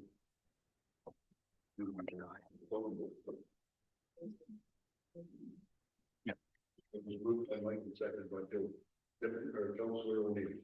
Just for the record, I do not support an amalgamated committee. I do believe we should leave the existing recreation committee and have an ad hoc committee. I think it will be less unwieldy, so I will not be supporting this motion. Anybody else have any comments? All in favor? Motion carried. Thank you, everyone.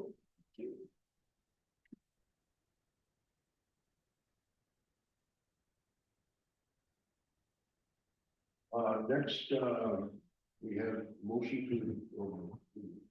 We don't need it. Okay. That the committee of the whole meeting held on February 18th, 2025 be adjourned at 12:49 PM. Mover to second. Moved by Councilor Booth, seconded by Councilor Ainsworth. All in favor? Motion's carried. Thank you, everyone.